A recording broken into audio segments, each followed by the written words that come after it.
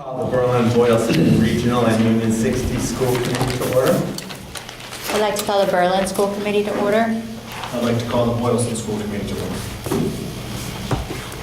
I'd like to ask for a motion to, Call us to order first. Get to call the committee to order. Get to call it to order. we have to call order the room, do I get a, it doesn't exist.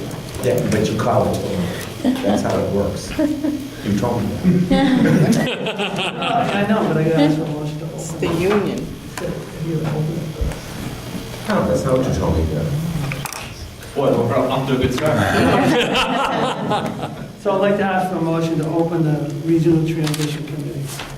So moved. Second. All in favor? Next, I'd like to ask for a motion to nominate a chair for the Regional Transition Committee. So you would actually nominate somebody. I will make a motion to nominate Cliff for chair. I'll second that. All in favor? Aye. Okay, Do, go ahead. question, do we need to do like a roll call vote for this? For positions that we did in the past, right? We normally do. Good. I'm obviously really well prepared this evening. So, you have to do the roll call because, Okay. Could you take a roll call vote for the Regional Transition Committee? chair. Chair. Sure. Aye. Right? You say, Yeah. I'm sorry? say Cliff. Cliff. Yes. Cliff. Oh, gotcha. Cliff. Cliff. Oh, Cliff, okay. Okay. All right. Thank you, Angela. You're welcome. And I make a motion that we nominate Jim Spencer for vice chair of the transition committee. Okay. Is that a roll call vote as well, Angela? Thank you. Susan? Aye. Aye. Oh, okay. Maybe somebody, yes. Aye. Lori? Aye. Aye. Aye. Aye. It's unanimous. What other officers do we elect? Secretary? Okay. I need a motion for secretary.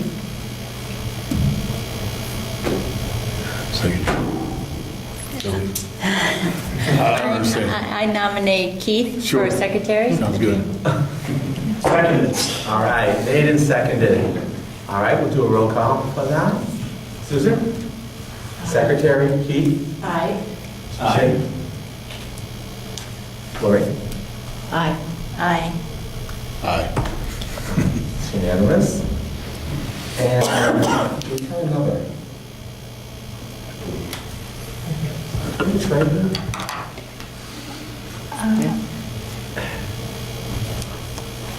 Probably should, just to be safe, assistant treasurer. Okay.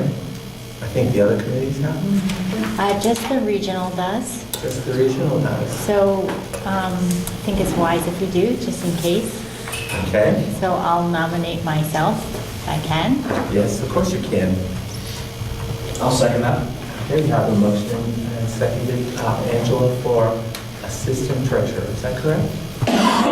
All right, roll call. Susan? Aye. Jim? Aye. Larry? Aye. What, Angela? Aye. Aye. Aye. All right, unanimous. Okay. Have I left any officers out? You think I know this by now? No, I think that's it. Yeah, good.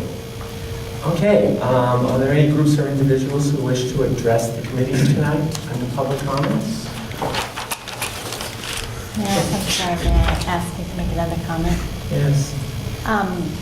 We'll need to choose a subcommittee for negotiations. Do you want to do that at a later date? Yes, that was the plan, Okay. to, when we actually know when that begins. Sure. I think we'll have plenty of time to appoint a committee to do negotiations with the teachers. Great, okay, thank you. Good question, though, thank you. So I think there were no comments. Payable warrants and payroll are circulating. So we're in the consent agenda portion of our agenda. May I have a motion for the Berlin-Wilson Regional School Committee to approve the consent agenda? So moved. Second. Maybe seconded, is there any discussion? All those in favor say aye. Aye. Aye. For the Berlin School Committee, do I have a motion to approve the consent agenda?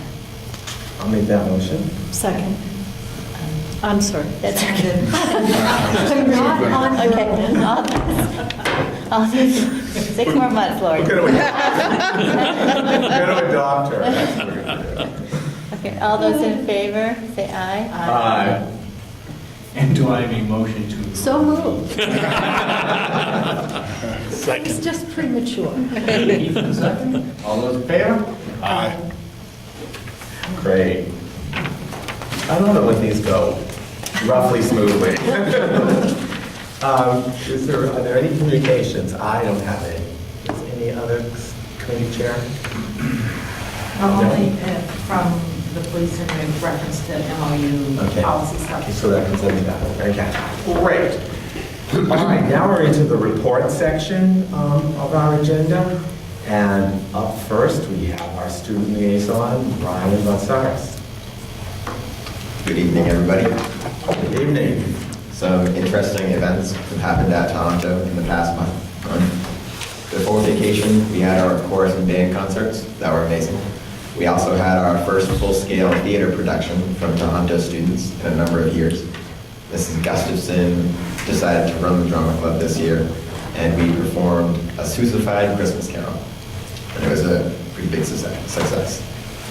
Also, the week before vacation was Spirit Week, and for the first time ever, faculty and staff were counted as a grade alongside all the other high school grades. They participated in all Spirit Week games, were counted for points, and competed in the pep rally. And Ms. Dusari wore pajamas on PJ Day. Where was the tweet? Well, robe over my suit.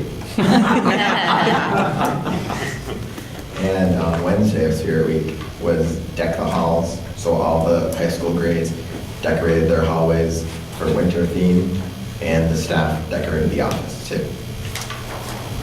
Tomorrow, Chris Herron, a former Celtics basketball player, is coming here to speak to all faculty and staff about his fall to addiction. That's going to be pretty interesting. And in the upcoming weeks and months, there are many other things happening here. High schoolers have midterms coming up in a couple of weeks, and the semester grades are closing soon. And the student council is planning a number of events and activities for the second part of the year, such as midterm survival kits, Disability Awareness Week, a student versus staff basketball game, Valentine's for veterans, a babysitting night, which we just had a successful babysitting night before vacation, lunch staff and custodian appreciation day, a winter ball, and the second annual faculty and staff family feud game, all in the next few months. Wow. Nice. That's an impressive list, Ryan. Yeah, we're pretty busy. I can see that. Awesome. I'll be hosting Family Feud for the second year in a row. Oh, great. Uh-huh. Let's go. Good job. Thank you, Ryan, for your comprehensive report. Does anyone have any questions for Ryan? So do you think you're going to include the faculty and staff in future Spirit Weeks? Or are you going to exclude them out? We're going to try and have the faculty and staff included in just the winter Spirit Week, because it was a little overwhelming for them.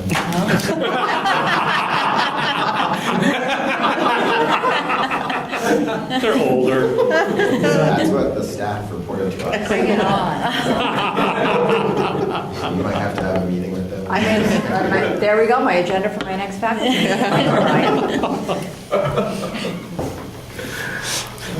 Great handoff, I say, Ryan. was that your opinion? Or was The teachers said that. Okay. Oh, and Oh. they got second place. Which I Wow. think it was fixed, but Did you appeal? no, I don't think we have a policy on that. That one. Imagine how you would have done if you went over the ambulance instead of just the road. Right, right. Sure. Okay, great, next one. I'm going to use the privilege of the chair to arrange the remainder of the agenda a bit differently.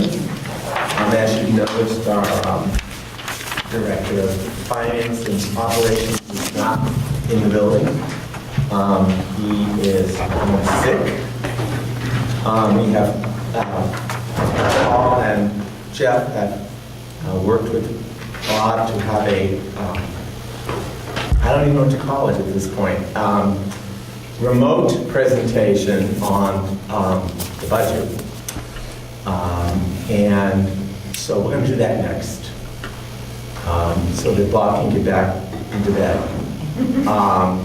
soon. So I'm going to turn this over to Jeff, who's going to lead it off. Is that correct? That's correct. I got that right, anyways. Can you hear me? He's gonna call in now. In Vegas? He's gonna call in now. So hopefully that phone is gonna ring. Oh. Wow. Talking about he's in the tropical resort. Nice job, Mr. Khan. You did. Yankee Stadium, second base. That's the right number? You do. Hi, Bob. Hello? You're really sick, I hope, right? That's why you're not here. Can you hear it? Can you hear okay? You're asleep. Bob, can you hear me? Yeah, now I can. Okay, so we're going to start it.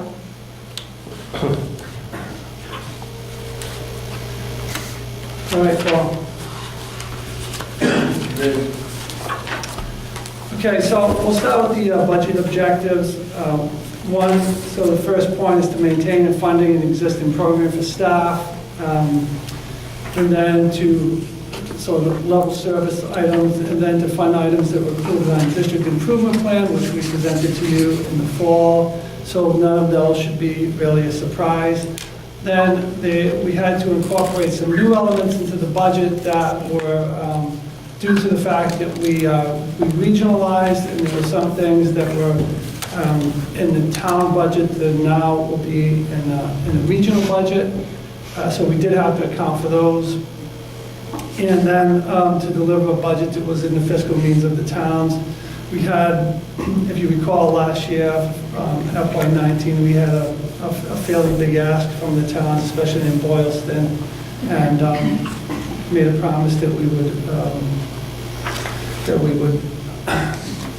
try this year to, be reasonable about what we asked for.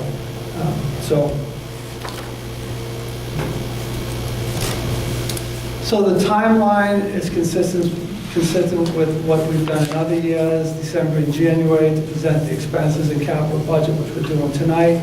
January, because obviously we didn't have a transitional committee, regional committee, so we're not able to do it in December.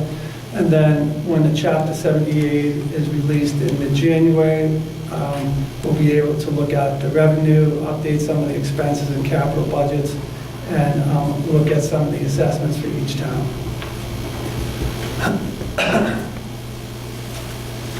So we did this in a few steps, and you'll see Bob did a great job of breaking this up. And the first one was the development of the level service budget, with the principals and administrators preparing that budget, using an increase of 2% to cover the vendor cost increases.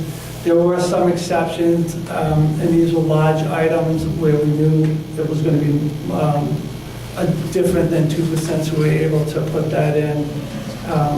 And then the level service budget would include some mandated services for special education students. And then we added in the above level service request And these were the items that you saw in the district improvement plan. You'll see them again tonight. You'll also see, if you remember in the district improvement plan, we did have a budget plan prepared to go along with that. So that should be fairly consistent with what we showed you in the fall. So we're trying to keep in line with our district improvement plan. There were some additional requests that we considered. Those were the things that we said to the principals, are there anything above in addition to the district improvement plan that you wanted? All things always come up. And so we tried to also to look at some of those. Some of those we did fund what we could.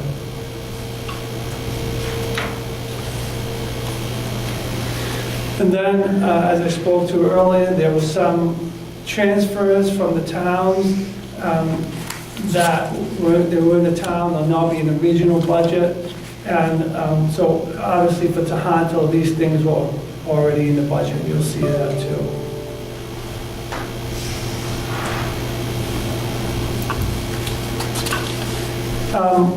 So when you look at the year-to-year comparison, what we talked about here is how this was going to be presented, that if we included those costs that were on the town side previously, then it wouldn't be an apples-to-apples comparison, so we broke that up. So, as it says there in the second bullet, the most appropriate comparison would be to exclude those costs from the FY20 budget. And then, obviously, in future years, since we'll have a baseline comparison, that won't be an issue anymore. And then in this slide, you just see, as I'm almost positive we did last year, just the student enrollment trend.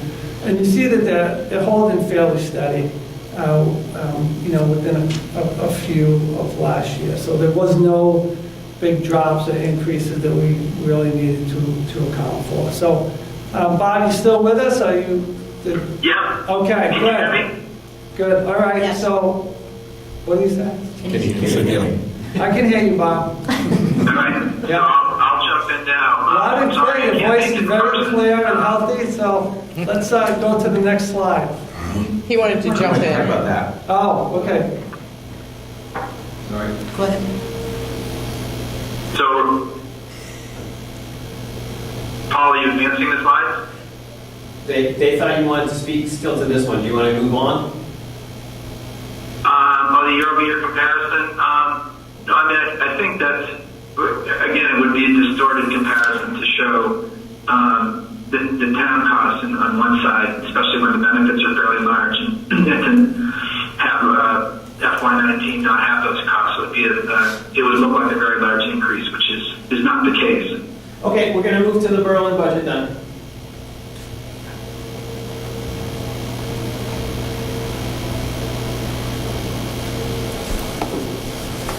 Go ahead, Bob. Okay, so Paul, the slides don't seem to be advancing, but I'll just go through and I'll just say next slide. So the first slide is the Berlin Memorial Level Service budget. So just a quick comment about the presentation. We did keep some similar format from our prior year's presentations, and we have some information at the end, a little bit new, where we have district-wide information, but we felt like it was important to show school-level information again, since those costs are allocated specifically to the towns. It's not a standard regional agreement. So we'll start with the Berlin Memorial budget. The FY19 budget, you can see the numbers for FY19 and FY20. The level service budget's an increase of $44,295, or 1.5% increase. So the level service budget was fairly modest increase. The next slide shows above level service requests, and we have 11,200 of need for kindergarten to third grade science curriculum resources and materials. They're piloting in both schools materials for K through 5, and we're going to be purchasing 4th and 5th grade materials this year. in FY19, and the amount there is the cost to purchase materials in FY20 for grades K to 3. The second item is to fund technology replacement plan that includes both infrastructure and Chromebooks in the classroom. And this is to partially fund a technology replacement plan. We really haven't had this in the budget in the past. We've had a small amount in Berlin, but essentially we haven't really had this funded. So the goal is to gradually fund this, and that's what the $12,600 represents. The $5,000 is for training and professional development, and those are all related to items in the district improvement plan. That includes universal design for learning. That includes some special training for special educators, and it also includes a technology coach stipend.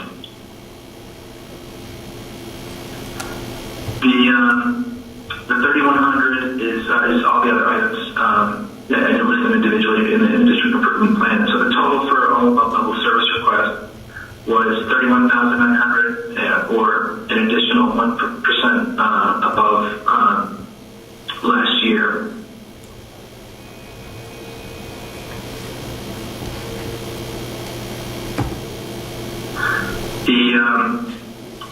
The next slide, so the 5-year budget trend, this has just been something we've historically shown. You can see it's kind of fairly consistent increases in Berlin. And we can move on to the next slide. The year-over-year changes. Now this, again, is comparing apples to apples. So we do not have yet included here items that will be added to the budget that used to be in the town budget. So the overall increase is 76,000, or 2.5% over FY19. You've seen the above-level service requests on the previous slide that add up to 32,000. Increase in teachers' salaries is 72,000. And that's not all.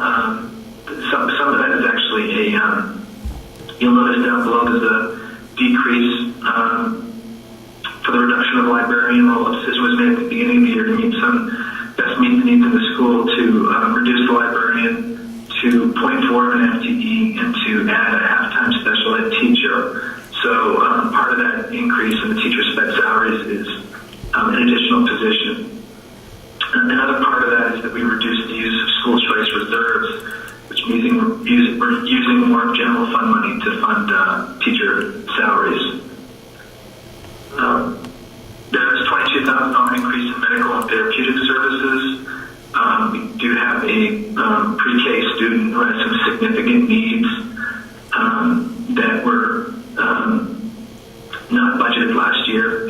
We learned about this student in the spring after a budget had been developed. So that is an increase that we hadn't anticipated. On the flip side, there is an offset of a $30,000 decrease in special ed transportation costs for a student who has moved up to Toronto. And, moved up to Toronto, but he's not an out-of-district placement, so he's in the Toronto budget now.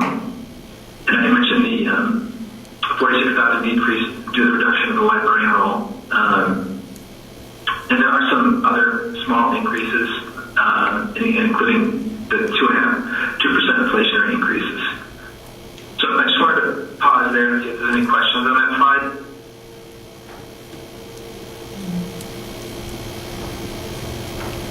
I think you're good, Bob. Okay. The next slide shows the revenue sources beyond the general fund. And the one a couple comments here. I mean, for a lot of these, we looked at, I'd say for the after-school program and preschool, you'll see the revenues and expenses are fairly consistent. The after-school program essentially supports itself. The preschool program doesn't necessarily support itself because there's occasionally there's going to be some special ed students in there that can attend for no cost. That's a requirement. And so the students who pay are the regular ed students. And so we actually had some feedback that we should try to spend that down a little bit. So you see that we're trying to reduce the balance in the preschool revolving fund slightly over the next couple of years. For school choice, you can see the trend. We have been spending in Berlin is probably the least concentrated example of us overspending revenue versus expense. In the budget, I've made the comment in prior years that we have we've been using up our school choice reserves to help fund our budget, and so with this year's budget, we've attempted to close the gap as best we can. And in Berlin, so we're almost getting to a point where we're level revenues and expenses. And I think our goal is to get to where we're budgeting the expenses to be equal to the revenue. In the circuit breaker column, you'll see a significant decrease in revenue. That's because we no longer have a student in Berlin, and the circuit breaker claims related to that student aren't going to be realized by Berlin anymore. So, at the same time, some of the special ed expenses aren't being realized by Berlin. So this is one that typically, when the revenues go away, the expenses go away. The next slide.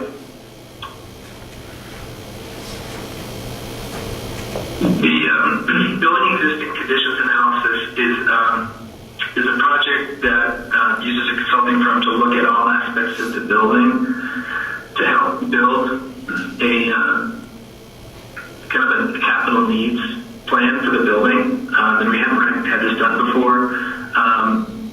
It would look at things like the roof, would look at the building envelope, look at HVAC systems, plumbing as well, and it would basically give us kind of a roadmap for future capital plan for the building. And this is something we want to start off and do in Berlin this year, and then do in Berlin and Boylston next year. The cistern tank repairs. This is additional. When the inspection was done in the fall, they found some deficiencies in the tank that needed to be addressed and remedied that would help preserve the life of the tank. And so this is kind of in addition to the current article to put a float system in place. So the total we're requesting for Berlin is $52,000. I also included as a placeholder, I'm not sure that we can, we have a current article for access in the gym to the HVAC space above the gym, and this work's going to be completed during the summer of 2019, which is FY20, and we're looking into this. I don't think it's possible to spend out of the town budget when we're a region, so I wanted to leave this in here, but I wanted to be clear that it's not an additional article, that it will be replacing the old article, and again, we'll be talking to the town about that. So are there any questions on the Berlin budget? No, there are no questions, Bob. Okay, so the Boylston Elementary budget is the FY20 represents a $58,880 increase, or 1.9% above FY19. The above level service requests include $22,000 for K-3 science curriculum resources, $16,400 to fund technology replacement. We essentially have nothing in the budget for technology at this point in time. The town had asked that we put it into a capital article last year, and this is kind of to basically replenish it and get us started from a technology perspective in budgeting. training and professional development, similar to Berlin, related to items in the district improvement plan. And we also have $12,000 to combine a reading specialist in tutor role into a single full-time position to provide reading supports. And again, there's $3,100 in other items that are above level service requests. So the total is $58,500 for above level service requests.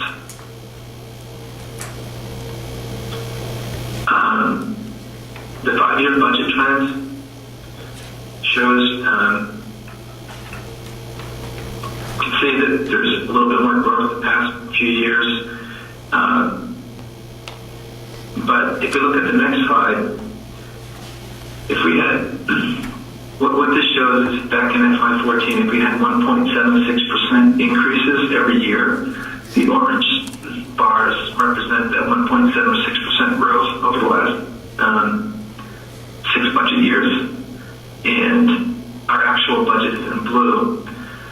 So our annual growth rate from FY14 to FY20, if the budget is approved at the level as proposed, is 1.76%, which is, I would imagine, amongst the lowest level increases that schools are seeing. And also, as background, you might recall that last year we presented a slide that showed Boylston Elementary being in the bottom 7% of the state in per pupil spending. So the year-over-year changes, overall there's a $117,000 increase over FY19, or a 3.8% increase. This is 59,000 of it's above level service requests. 72,000 is an increase in teacher and special ed teacher salaries. 24% is paraprofessional costs. Half of that is because we budgeted last year for just half a year of severe needs paraprofessional. We budgeted that position to start in January, and this year they're in for the full year. And the rest of the increase is step increases and 2% cost of living. There's a corresponding decrease in special ed tuition and transportation from a student moving on to Toronto, an out-of-district placement moving up to Toronto, and that's a $68,000 decrease. And then there's other contractual increases and 2% inflationary increase. So for Boylston, the revenue sources beyond the general fund, the school choice fund, you can see we're spending in FY19, we're projected to spend significantly more than we're taking in. And that's actually, the expense is less than we had budgeted. We were able to identify some savings in the budget to reduce that from 173,000 to 143. And next year, we're going to budget to leave that flat, but we'll be looking to reduce it in future years. And again, the goal will be to bring those level over time. You can see that if we do end up spending all of the school choice money that we plan to in 19 and 20, we'll be down to a balance of 110,000. I don't really necessarily go over any other accounts. They seem to be fairly straightforward. So for FY20, capital, there's 4 items that we have highlighted and we're requesting money for. One of them is for perimeter fencing, and that's an estimated cost that's adjacent to the new development behind the school through the woods. And it's something that our principal and facilities manager have talked about, and we wanted to include in this year's budget. We've also put in for lighting replacement and upgrade to LED lights. We were able to do this last year for the gym, and we do see some savings in our electricity usage. I think that we had a consultant give us feedback on what the payback period would be for different upgrades, different areas of the building to upgrade to LED, and we would, with this 15,000, look to the areas that have quickest payback, and prioritize those. There's 47,000 to replace the telephone system and the IP phone system. It's a very old system, and it's in need of replacement. And then we have 10,000 to sealing of the exterior windows. This was previously a project that was started, but not all the windows were completed, and this will be the final phase of the project. And so the total capital is $94,500. So are there any questions on Boylston budget? Jim, go ahead. Hey, Bob, it's Jim. I just have one quick question. Yeah. The 72,000 increase for teacher sped teacher salaries, is that one role, or is that addition of? So that's a couple of things. Part of it is that we're reducing the usage of school choice. We had budgeted to use 173,000 last year, and we budgeted to use 143,000 this year. So 30,000 of that 72 is just reducing school choice and having the general fund have to pick up the rest. And then the remaining 42 is for basically it's for advancing at a longer scale to what their salary grade currently shows, plus an additional 1%. So I don't know if that answers your question. Yeah, it does. No. Okay. Thank you. Bob, it's Lori. Are any of those expenses and/or the paraprofessional costs offset by some revenue for the severe needs program, or no? Not at this point, no. No, the severe needs program is just, at this point in time, it's just in-district students.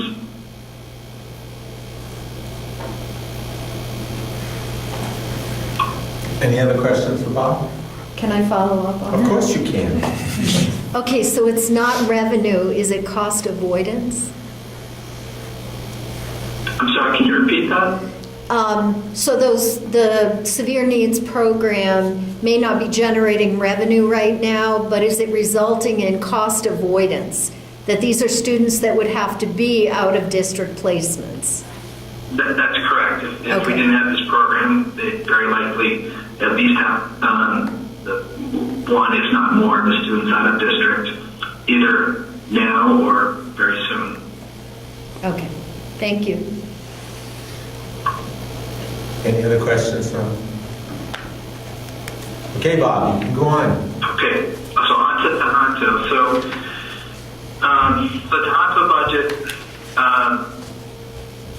level service budget is increasing by $593,046, or 6.9%. And the reason for that, the main reason for that is that we have an out-of-district placement from Berlin, an out-of-district placement from Boylston, both moving out to Tohoto. In addition to that, we have one more out-of-district placement in Tohoto that was not in last year's budget. So, we are mandated to provide for those costs and services, and that's essentially what's driving the budget. At the level service budget, the above level service request, there's $19,800 to fund technology replacement at the levels approved in the district improvement plan. We kind of along the lines of kind of social emotional health, which was something we talked about in the district improvement plan. We have a $14,000 increase to the social worker role to get them to a full-time position from 0.8 FTE right now. There's $9,100 for training, professional development related to items in the district improvement plan. In addition to the trainings that the two elementary schools have, this includes $2,000 for AP Computer Science certification for a teacher, so that we can offer that at the high school. And there is $7,600 for performing arts initiatives in the district improvement plan.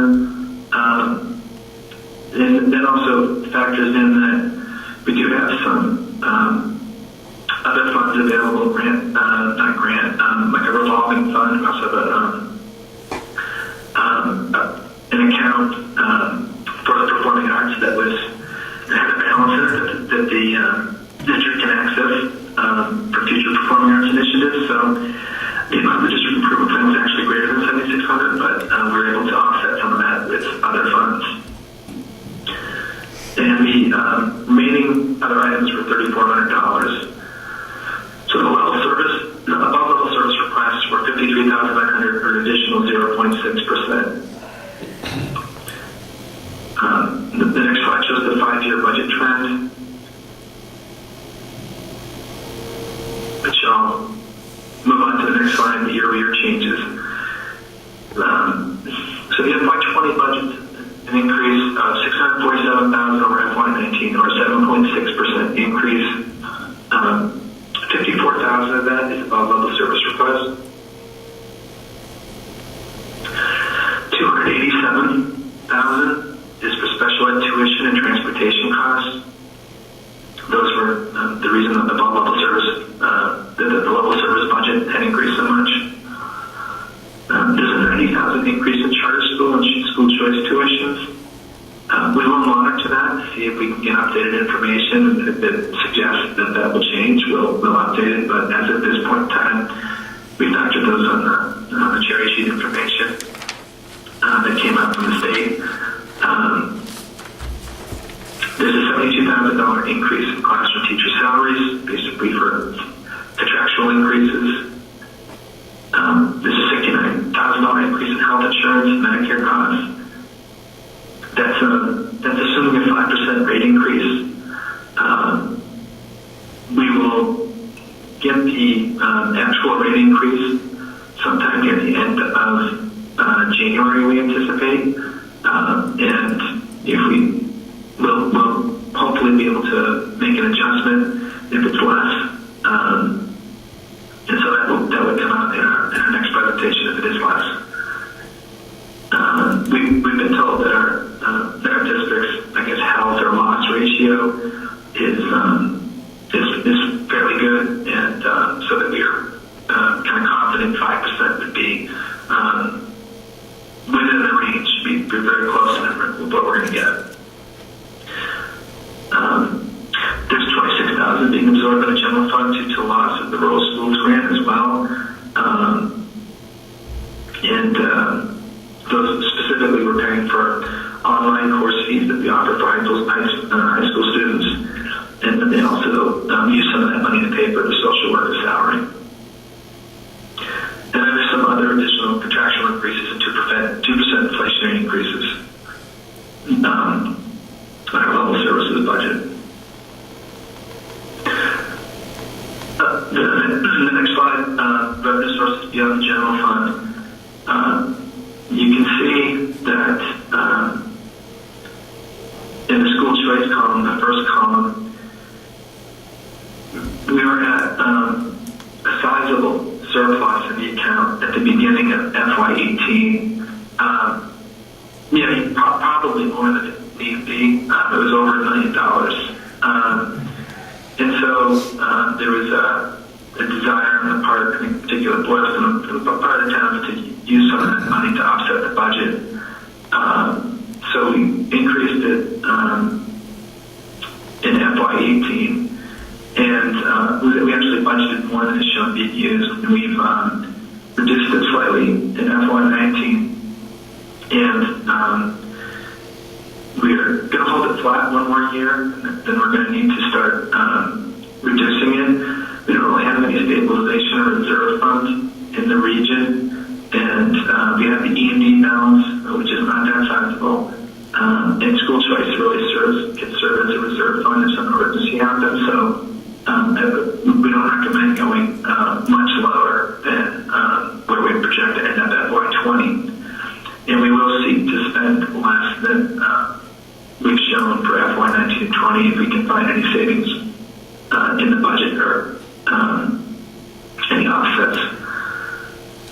Circuit breaker. Bob, before you move from school choice, can I ask you a question about that? Yes. So earlier you reported like a $90,000 increase in school choice, but I don't see that reflected here, and that's probably, maybe it's not relevant, I don't know. But it just seems like we'd see it in... There's two types of school choice. Well, it's really the same thing, but this is the school choice that the district takes in as revenue. And the expense here is the money that we spend out of that revolving fund. In addition to the students that we take in, we have students from Berlin, Boston who go to other districts, and that's the expense I was referring to in the previous slide. So that is not reflected in, when you talk about expense here, that is not that kind of expense? That's correct. Okay. Yeah, here it's the revolving fund for school choice. And school choice revenues for when you have a student go to another district, it's part of the general fund. Okay. Thank you. Okay. Bob, this is Cliff. I have a question about that 90,000 increase as well for school choice. Is it possible to put a number on how many students that represents? On how many students? Yeah. I believe it was 3 charter students, which is, for round numbers, 48,000. And for school choice,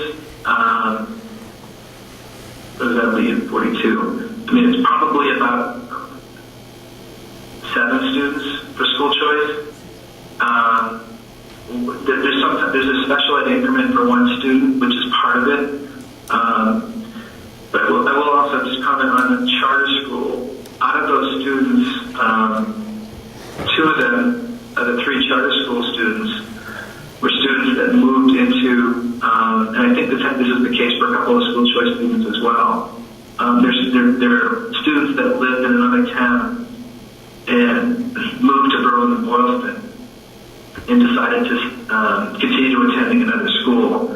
So they've never been in our school system. They didn't necessarily elect to leave Berlin and Boylston to go to these schools. Okay, that's helpful. Okay, yes, thanks, Bob. That's really helpful. All that information. Yeah. I mean, the one thing that we do see, Pierre, I guess annually, is that there are occasionally, a couple students, maybe a year, that, maybe not a couple, but like say 1 or 2 that will go to AMSA in Marlboro, the Advanced Math and Science Academy.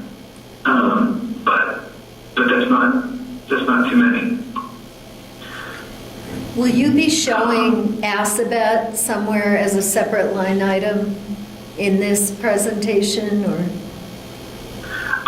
It's not included here. It's usually included in the second presentation. Okay. It's not going to be part of our budget. It's going to be part of the town budget. We've always shown it. We've been the group that can obtain the information, and I guess the town has looked to us to obtain the information. But technically, it's part of the town budget. So we will be getting that information, and when we have the assessment level information, we can show total town costs. We'll have it for the February, I think it's the end of February budget presentation. Okay, thank you.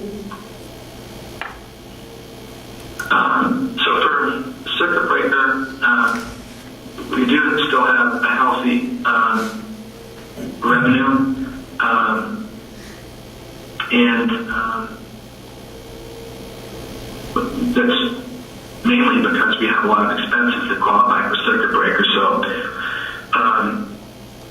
but we are using that, and you can see here what we typically try to do is we try to spend the prior year's revenue and carry, which you're permitted to do, and carry over the current year revenue to the following year. The other accounts, I'm not necessarily going to go through. I think there's nothing unusual to point out about the other accounts. So I'll move on to the next slide. So for capital, we have not had capital for Tanza before, except for the bond principal and interest payments. And you might recall the first day back from break on January 2nd last year,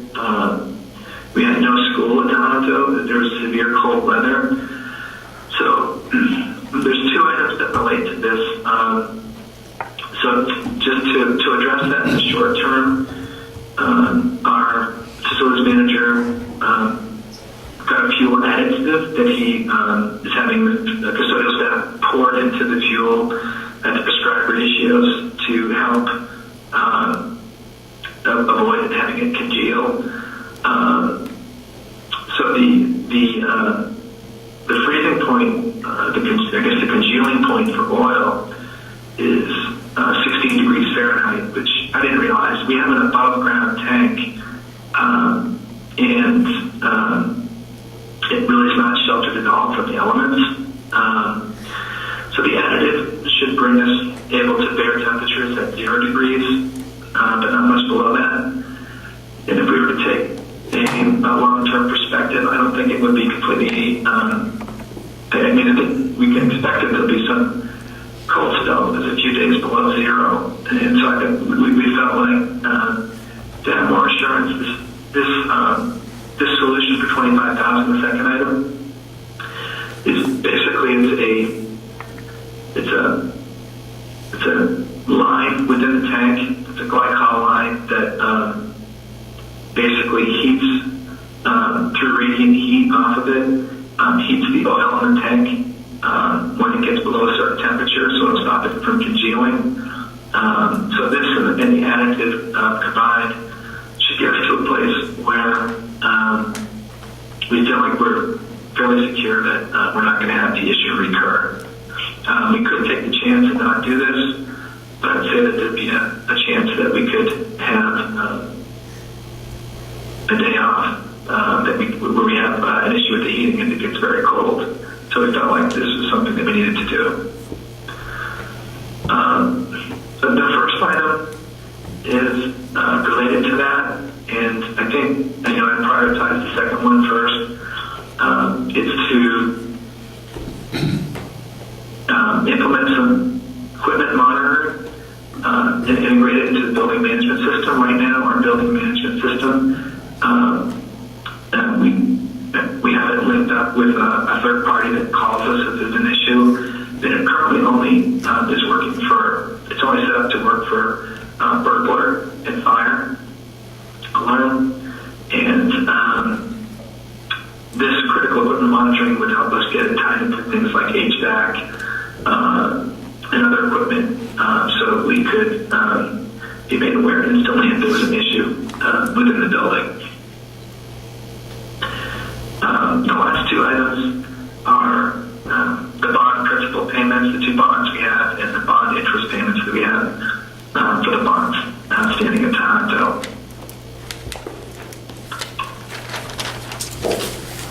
So, to continue with the capital, the total amount of capital we're proposing is $1,787,613. It's an increase of $62,152, or 3.6% over last year.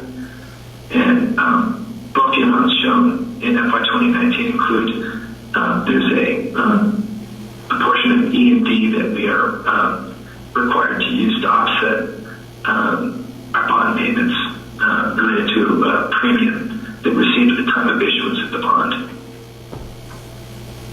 So the expense will actually be 14 less to the towns for those amounts. So the next section is new. We added a district-wide summary, and there were certain slides that were in the school sections previously. We felt like they might be better suited to list kind of the district-wide section. The first one shows our district-wide spending by the Department of Elementary and Secondary Ed's functional categories. So the categories are across the bottom are administration, instruction, school services, which includes transportation, food service, maintenance and operations, fixed charges, which is mostly benefits, and tuitions. So you can see our budget increase is almost entirely coming from tuitions and instruction, which are the areas we, particularly the instruction is the area where we do want to be investing. And the next slide is just I'm not going to go through it, but just as a reference, it shows what's in each category of the DESI categories. And then the next slide shows a 3-year trend of funding, how much is coming from the general fund and how much is coming from other funds. So the blue is the general fund, and the orange part at the top is the revolving grant funds that are utilized by the district. So across all 3 schools,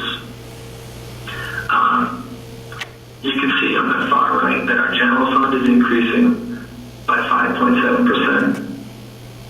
But if you look at all the funds, it's increasing by 3.9%.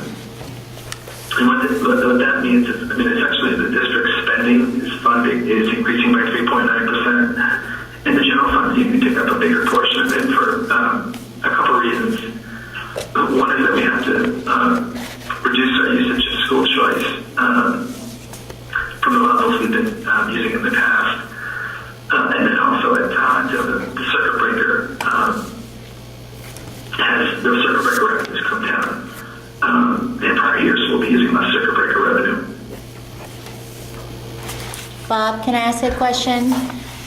Yes. So the 5-year budget trend for each of the 3 schools, those were only general fund, correct? That's correct.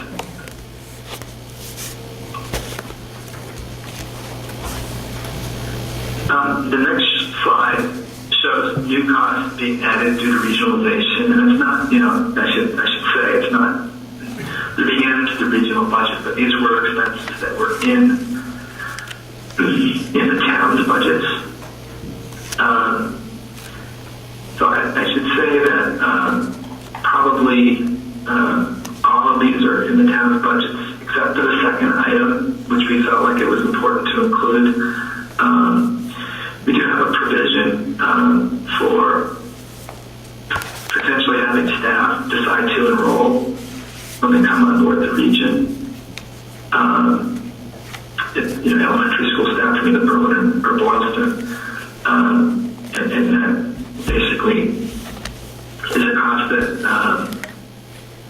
may or may not happen, but we do have a favorable plan versus the town plans.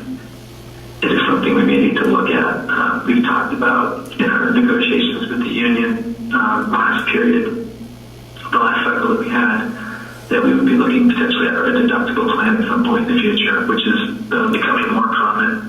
I think it's to the point where it's now the typical plan in the Eastern Mass and Central Mass. It's now about half the districts, maybe about more now, are on deductible plans. We don't have a deductible plan, so that is something we may have to look at.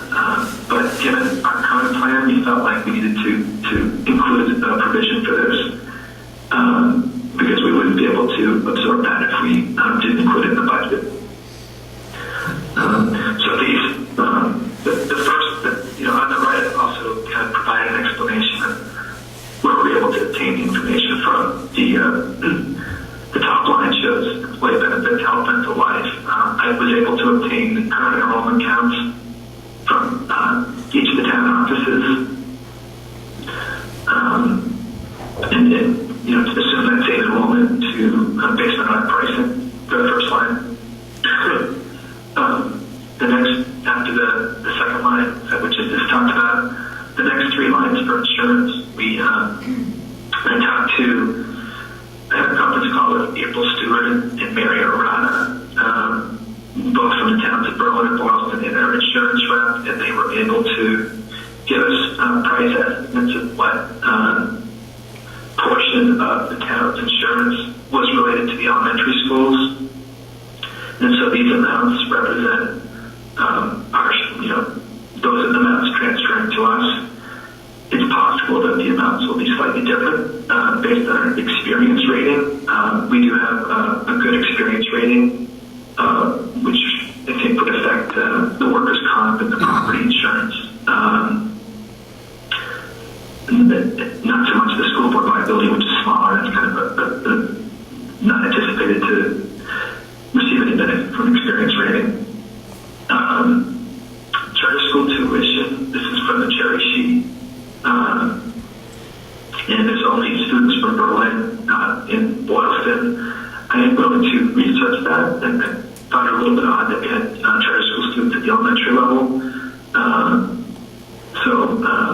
But that's based on the cherry sheet. And I did also check with the town, and they said that they typically budget what's in the cherry sheet for that. For school choice, there's only school choice students from Boston. And that's again based on the cherry sheet. That's 5 students.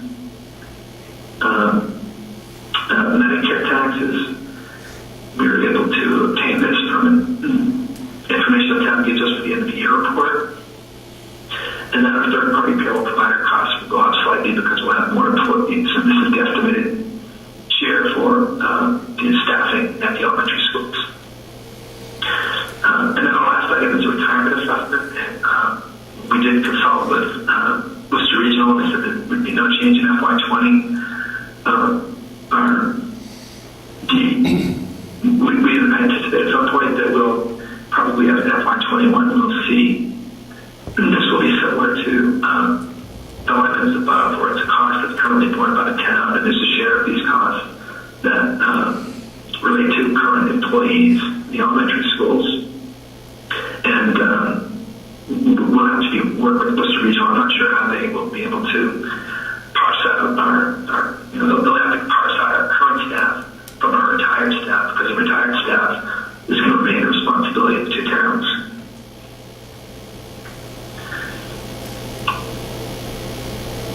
So then the next slide shows the overall budget summary. And it has it for each school, and then in total, it shows the dollar increase and the percent increase, and then it adds the transfers from the town budgets, and the town does grayed out because there are no transfers.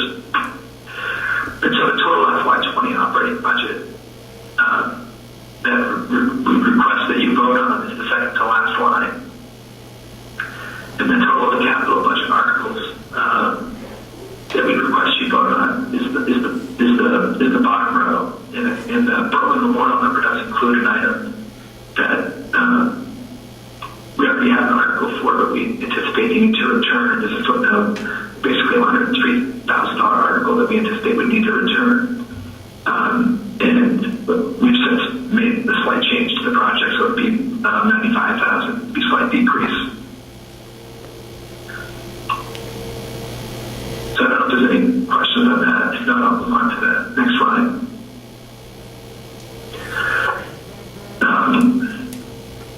So we've talked about this briefly in previous meetings, and a lot of districts have adopted this.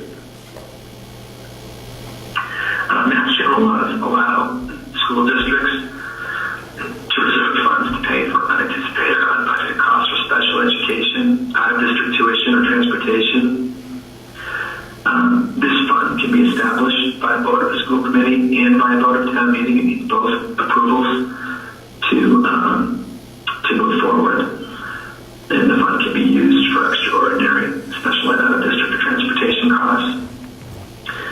The release of funds to pay for expenses is authorized by a vote of the school committee and by a vote of the Board of Selectmen, so it doesn't need to go to town meeting, but it still does require approval of the Board of Selectmen for both towns. Any balance in the fund can carry into future fiscal years or remains in the fund until needed or expended. And any interest in the fund can become part of the fund. And the fund balance cannot exceed 2% of the annual net school spending, so that's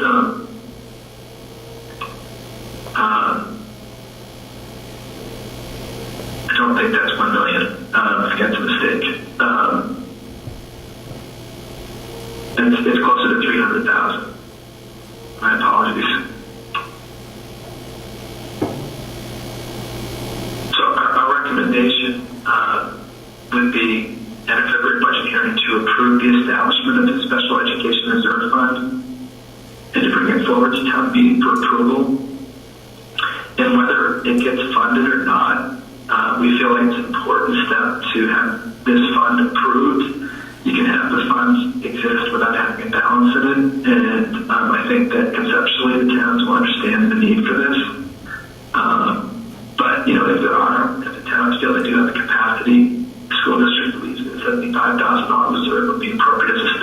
point adequate to offset one unanticipated level out of district placement and transportation.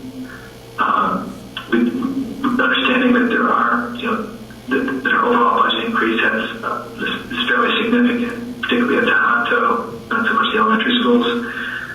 We recommend deferring a decision on the funding level until feedback is received from the towns on the FY20 budgets.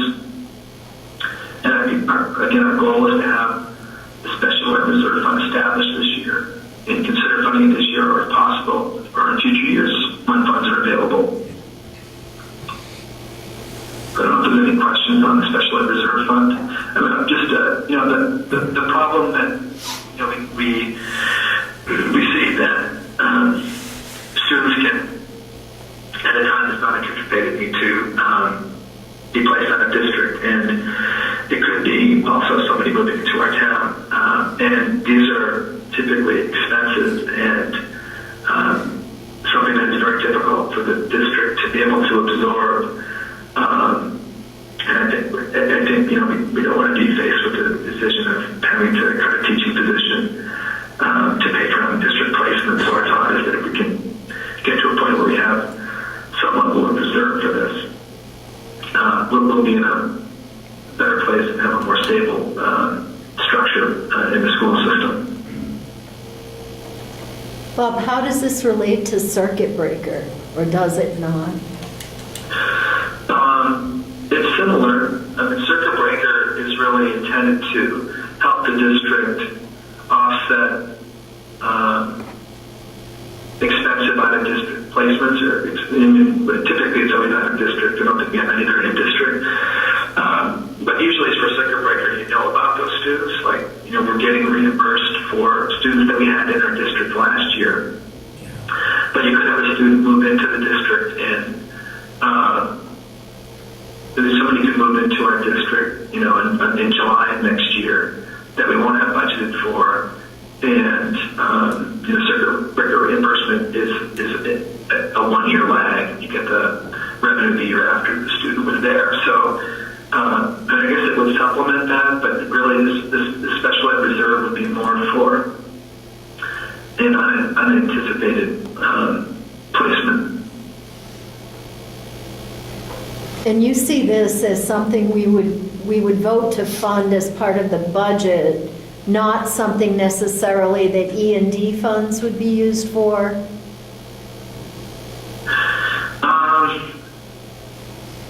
Well, if we use E&D funds, it's considered spending and it has to go to town meeting.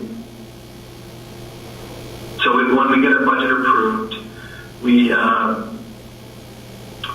we get our budget approved, we get it approved at certain levels, and it includes using E&D. E&D is, I guess, considered part of the general fund. So if we were to have that out-of-district placement happen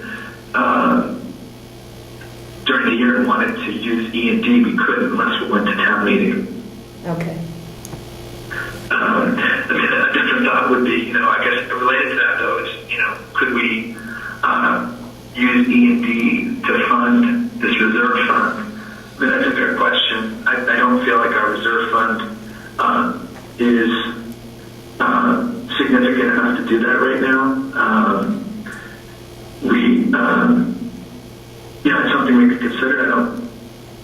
I wouldn't recommend it at this point. If we built back up towards like a 4% reserve level, I think it's something we could consider. And we want to keep funding the OPEB account too, right? Yeah, we do. And right now we're making modest annual contributions, and I think we felt like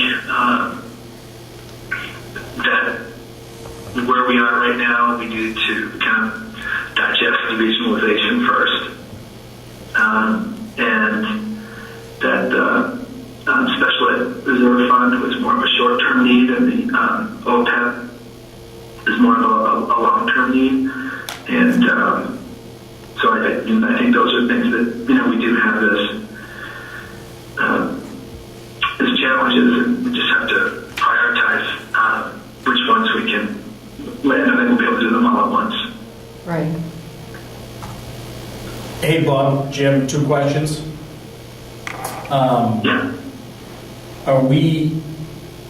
Is this a fund that is typically most school districts having a fund like this in place, or are we different? Are we behind the times on this one, or?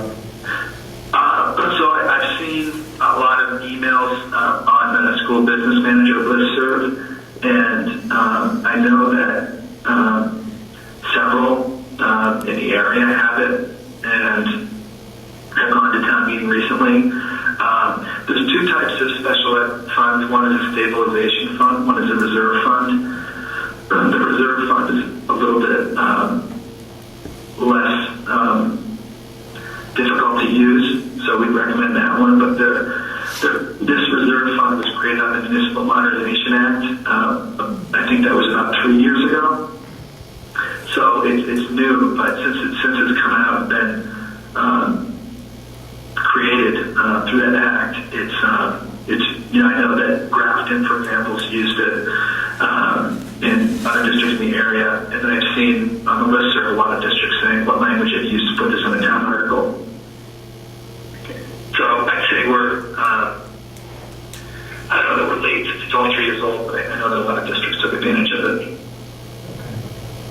My second question is, when we regionalize, does the funding of this and voting as it relates to board of selectmen and towns stay within each individual town as we move forward, or how does that funding get controlled and approved and once we're regionalized? We would, if we wanted to access, first if we wanted to fund it, I think it would actually get put into the budget as a line item in the budget to fund it, and then it would get put into a separate fund. I don't know if there's any other way to fund it. So my understanding is people have done this, put it in as in their budget, maybe it's a separate line, but they put it in the regular budget, and then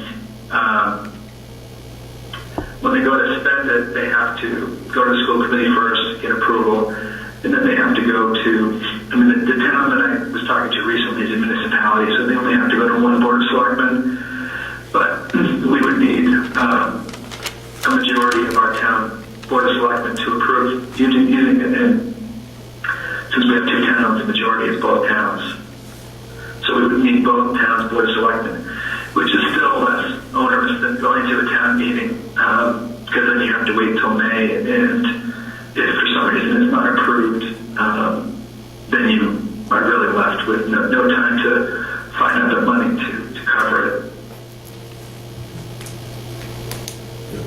Thank you. I think it might be something that, could be funded over time as well, and maybe it's, in smaller increments. I think the concept is something we feel strongly about, but we also wanted to kind of respect the town's financial needs, positions, and not push on the timing of funding it, but push to have the fund approved.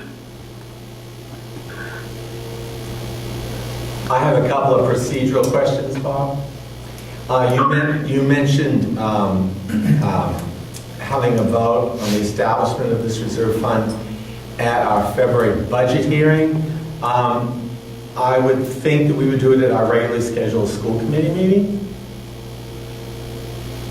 Is there something in the law that says it has to be at a budget hearing? No, it doesn't have to be at a budget hearing. Okay, so we will put this on our agenda for the February meeting. Okay. The second question I have, which is not specifically about this, but before I forget to ask the question, when we make the motion to approve this preliminary budget, there are 2 lines we have to worry about. They are the total FY20 operating budget line and the FY20 capital budget articles line. Is that correct? Yeah, that's correct. Okay, and does the motion need to give the total, or because we have an unusual regional agreement, that the motion would be for each amount, meaning Berlin, Boylston, Tohoto? The motion only needs to be the total. Okay. when we have the towns are broken out by town, we'll have a slide that shows the breakout by town, but technically you don't really vote on how we break out the Tohoto budget that's stipulated by the agreement, and the school committee, nobody has any say other than the agreement on how it's supposed to be broken out. So I think it's appropriate to vote on the total. Okay. But there, the detail is there for the towns to see on the school level breakout. Thank you for answering my question. Is it appropriate to make a motion now? No, we're going to do it at the end of the meeting. Wait. I'm sorry. I still have a question on the reserve fund. I understand about the votes for using money from the fund, but I'm still unclear about how we put the money into the fund. It's different from OPEB, where we can just say at the end of the year we want to put in 10 or 20K and the school committee votes. Am I hearing that we need to, it's like a separate line item? I mean, when we're voting the budgets in the town meetings, wouldn't the funding be, I'm confused. Put the microphone down. I don't know that. Battery in the link. I don't know that right now the towns will feel that they have the funds with our Tohoto increase being that large Right. to fund it. But if we were to fund it, I think that it would be a separate line in our budget.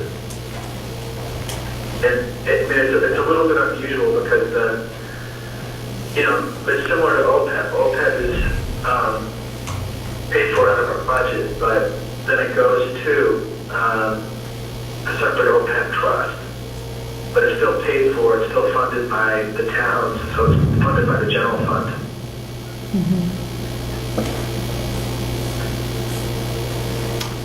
I don't know if that answers your question.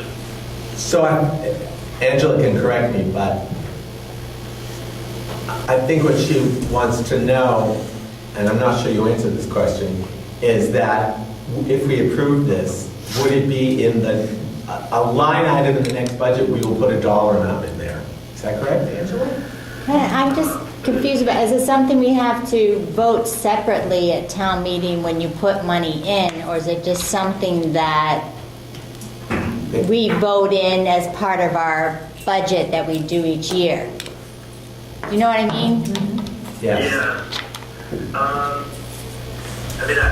My preference would be to actually have it be a separate article by itself. It seems like it's, especially the first year it's funded. Okay. But then I have to calculate the portion that each town pays. And my thought is it's probably easier just to have it set up initially for just, maybe funded out of Tohoto. And both Boylston and Berwyn would get their share of Tohoto's portion. It could be a separate article at town meeting. One article would be to establish the fund, and the second article would be to put money in it. Okay. Yeah. Thank you. Thanks, Angela, for asking the question. So do you have anything else you want to tell us, Bob? No, that's I think that concludes it. Unless there's any questions. Any last questions for Bob? Go to bed. Yeah. Yeah. Thank you. Yeah, thank you, Bob, for doing this. Thank you very much. I know we all appreciate it. And Bob, we'll be voting on this later in the meeting, so go to bed.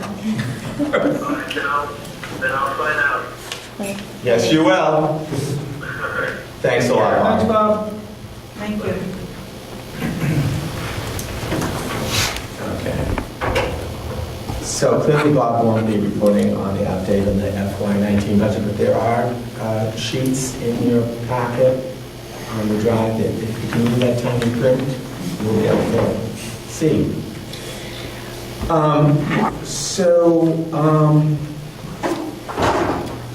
Now we'll go to the superintendent's.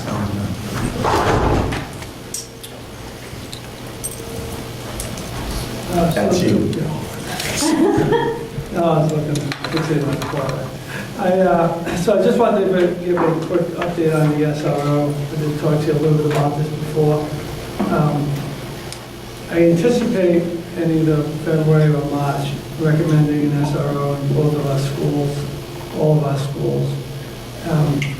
And, you know, there's still some work to be done on this. We're going to put together a survey to sort of get a feel of the climate, you know, to see how students and teachers feel about having police presence in the school. As I mentioned in my email, we already have police in the building, which is why somebody had some forethought in, 2008 or 2009 to put an MOU together, which I'm guessing is when somebody said, if police are going to be in the school, we should have some kind of document that describes that relationship. However it was written, and somebody did think that out. So we get the student surveys and staff surveys to put out, not only to the students, the staff, not only on how they feel about having more of a presence in the building, but how they feel about the current arrangement. And then I spoke to the Boylston selectmen about some research I had collected on the position, and I shared that with you at our last meeting. And so I'll do the same thing with the Board of Selectmen in Berlin. At the end of the day, after discussions I've had, I did talk to Chief Sahagian already, just kind of in general terms about this. And I don't really anticipate the SRO being in the buildings much more than they are right now.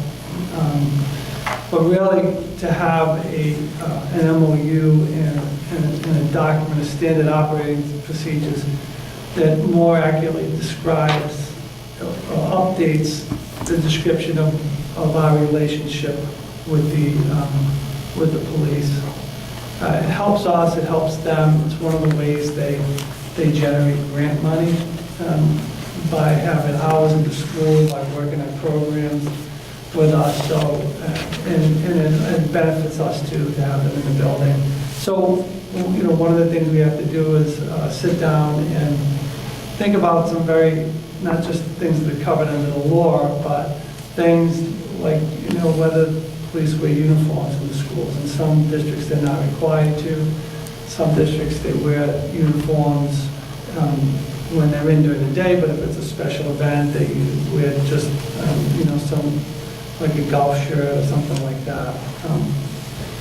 So the thing, usually, when we bring a new position to the school committee for a vote, we have a job description. In this case, it's not a job description that you would typically think of. So my plan was to work with both of the chiefs this month on a draft MOU and draft SOP, and use those during the school committee meeting, give those to you before the meeting, so you could get an idea of what the relationship is, what the police will be doing in the building.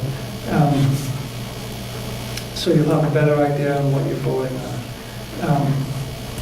So that's why, again, with it, there's still some work to be done. There's still about a month or so, at least. We do have one survey for students, and I haven't done anything with the staff survey yet, so I have to still look at that. Did you say you've done already the students? I have one that I've sort of put together, and Okay. I got from other places online, but we have not administered it yet. Okay. So that'll be sometime. That'll definitely be in January sometime. I don't think that it'll take very long when I can actually sit down with the chiefs to put this together.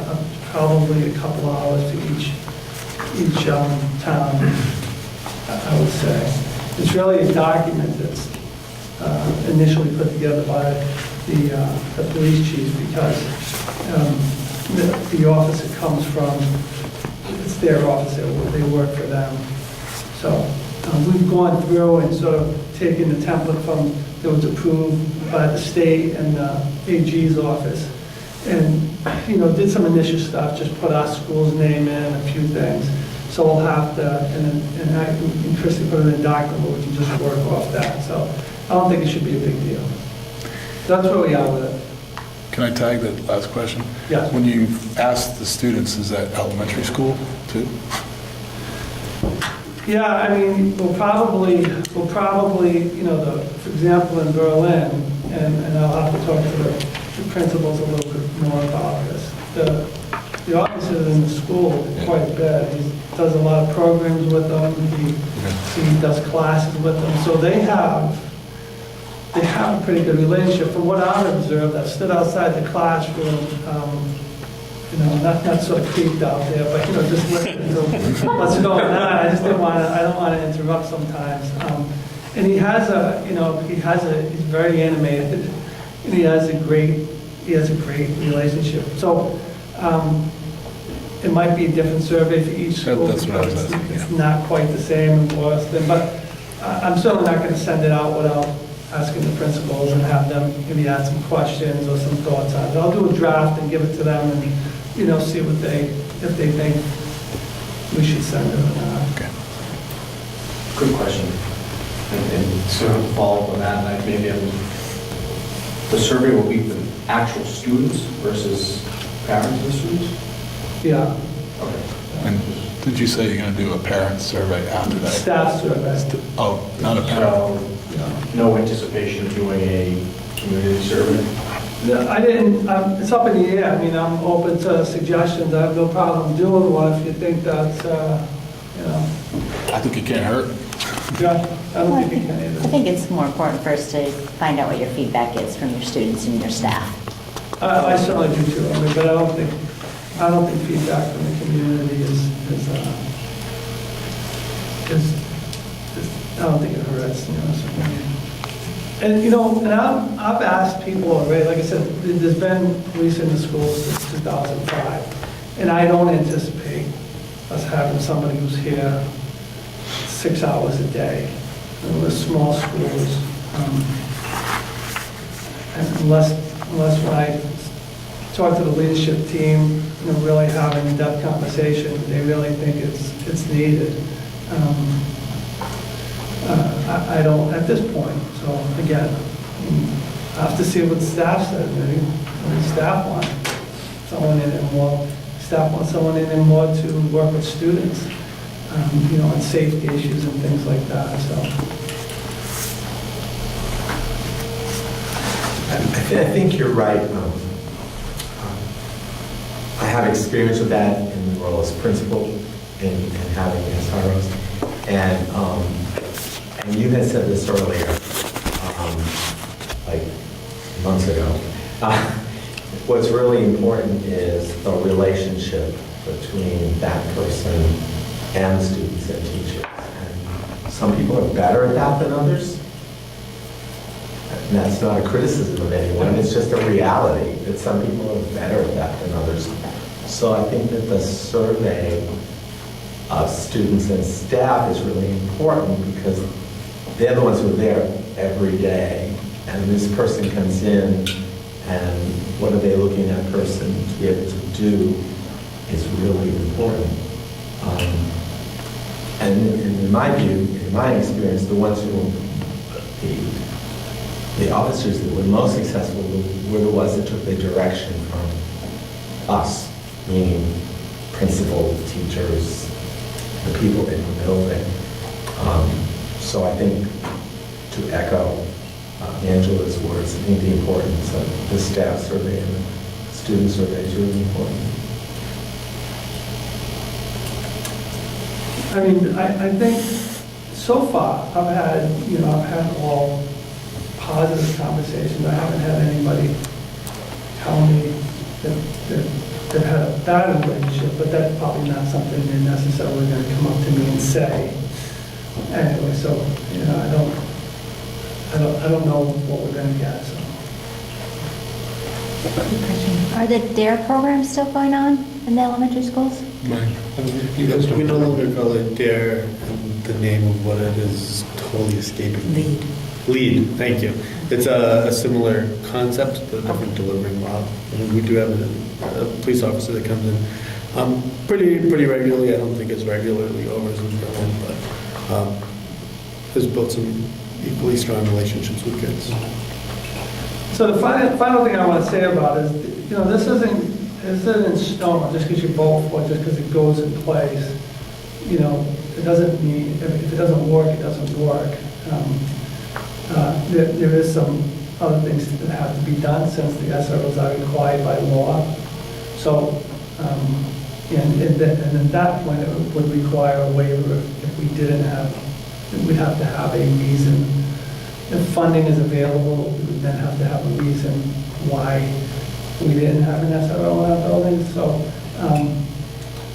but again, I think it's I don't think we're starting from ground zero with this, since they're already in our buildings. It's just really making sure that we update our relationship and sort of make it a formal document.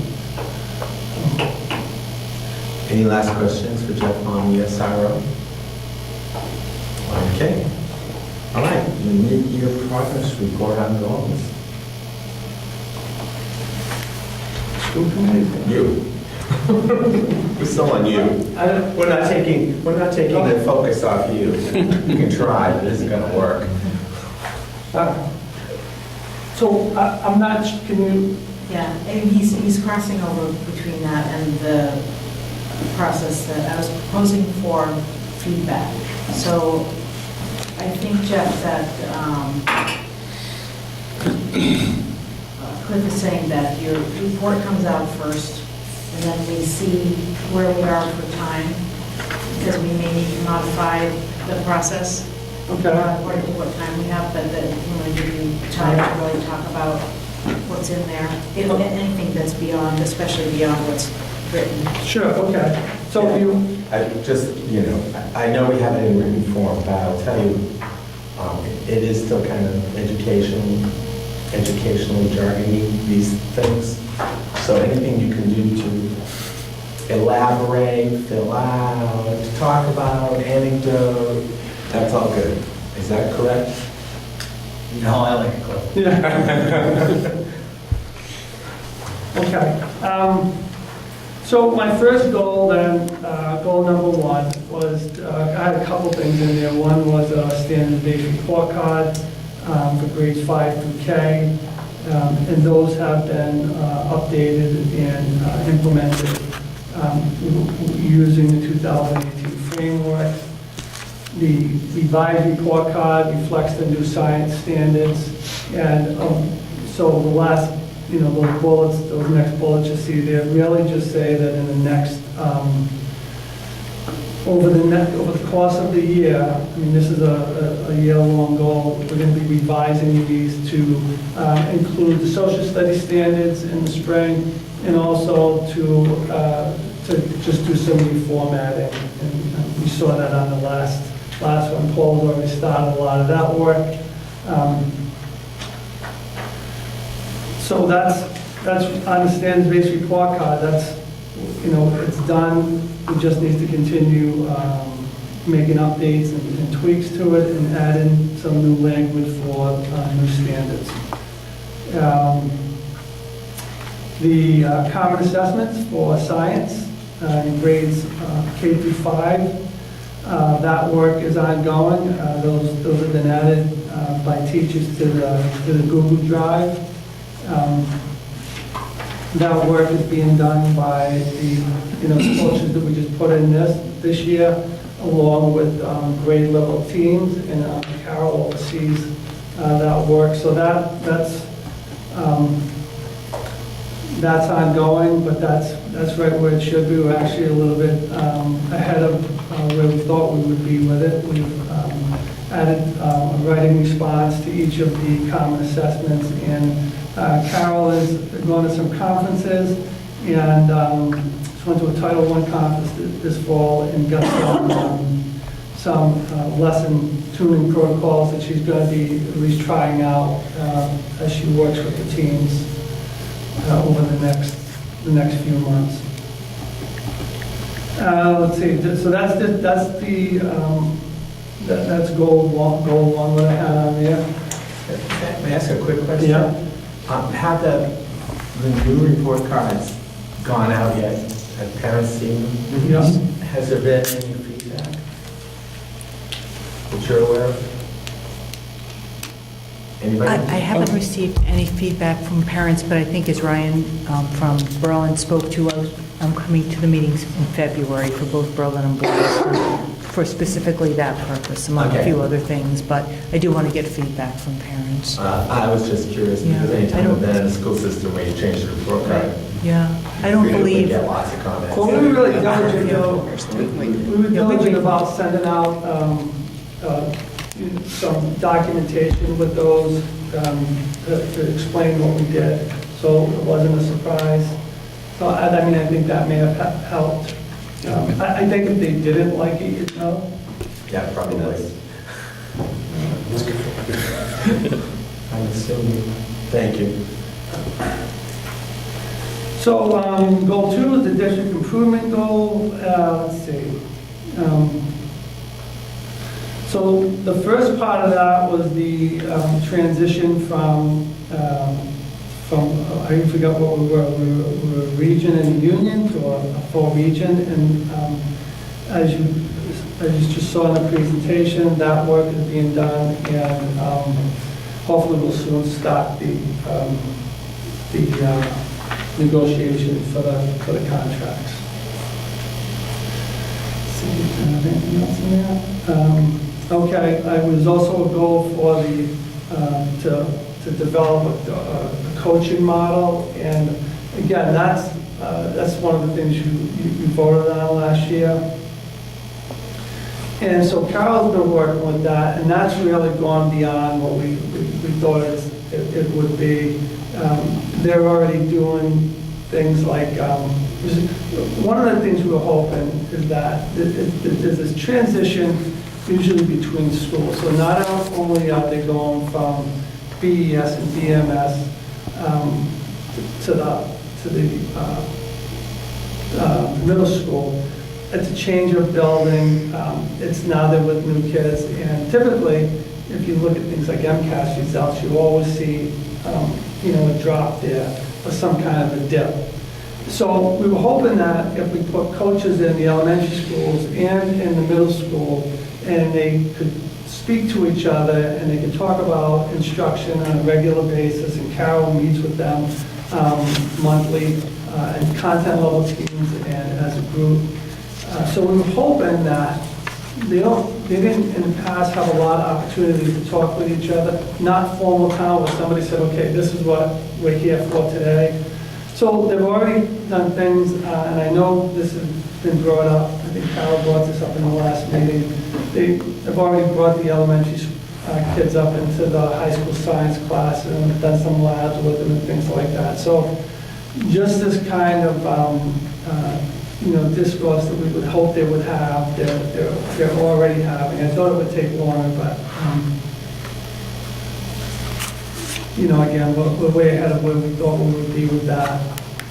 You must have tapped into something that they were waiting for, an opportunity, which didn't exist before. And they probably didn't even know they needed it or wanted it, but once presented. Yeah, and I don't know if you want to speak more to it. I mean, I know that you meet with them on a regular basis. I did meet with them also. They asked, they requested me to be at one of their meetings. I usually don't get that, they usually don't want me there, but they did want me there. They asked me some very specific questions, which, again, I think, Cliff, you're right. There were some things that they said, well, when we talked to the teachers, things about scope and sequence. Can we tell them that they can do this, or they don't have to do this anymore, or that they, can you just give us some direction? So I spent some time with them at the beginning of the year, just, telling them what my expectation was, the very baseline of why I wanted to have coaches in the building. So But Carol's really done the lion's share of the work with them from the And then, third part of the district improvement goal was that there would be outreach activities to help support families and students during key transitional years. And so, again, what we focused on was that transition from pre-K to K, and then the transition from elementary schools to the middle school. And pre-K to K is important because those parents are typically young, they're new, they don't want to ask questions, they feel, in my experience, they feel uncomfortable. They haven't put faces to names yet. So it's important to sort of introduce them to the Tohoto community and say, hey, we're here to help you, and we're not really scary. Here's our number, and you can call us. So that's why we decided to have a pre-K to K parent camp. So those will be for the pre-K kids that move up to K. And we typically have, correct me if I'm wrong, it's about 75 to 80% of our pre-K kids go on to kindergarten. So we'll be doing that in June, and also a grade 5 to grade 6 parent camp, which will be run. Sally Stuckles has done a great job so far of working on that. So it's the first time she's done anything like that, but she's done a great job so far. I think we just got our sample bags today, so we're on our way. It does bring up a question, though, that brought up to me that I didn't think about. My goal review, my final goals review was in May, but these parent camps are in June. I obviously can't give you a survey of the parents because it wouldn't have happened. So we should have some agendas by then and things like that I can give you to talk about. What's going to happen, when the pizza's going to be out. Important stuff. Would you like to come, Jim? What? Does Jim like pizza? I like pizza. Bob does. So I'll get that stuff out. You'll see full agenda, and then I'll share the survey stuff with you later.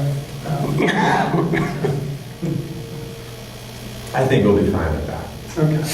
I think that will be fine, too. I love the concept, by the way, of both of those levels as areas of focus, because, I remember that transition from preschool where the teacher was talking to you every morning. You do drop off and they're giving you an update and every afternoon. And then you get to kindergarten and it's really different. It's a whole different experience, plus it's all day. And one of the things that came out of my what was the first thing I did when I came here?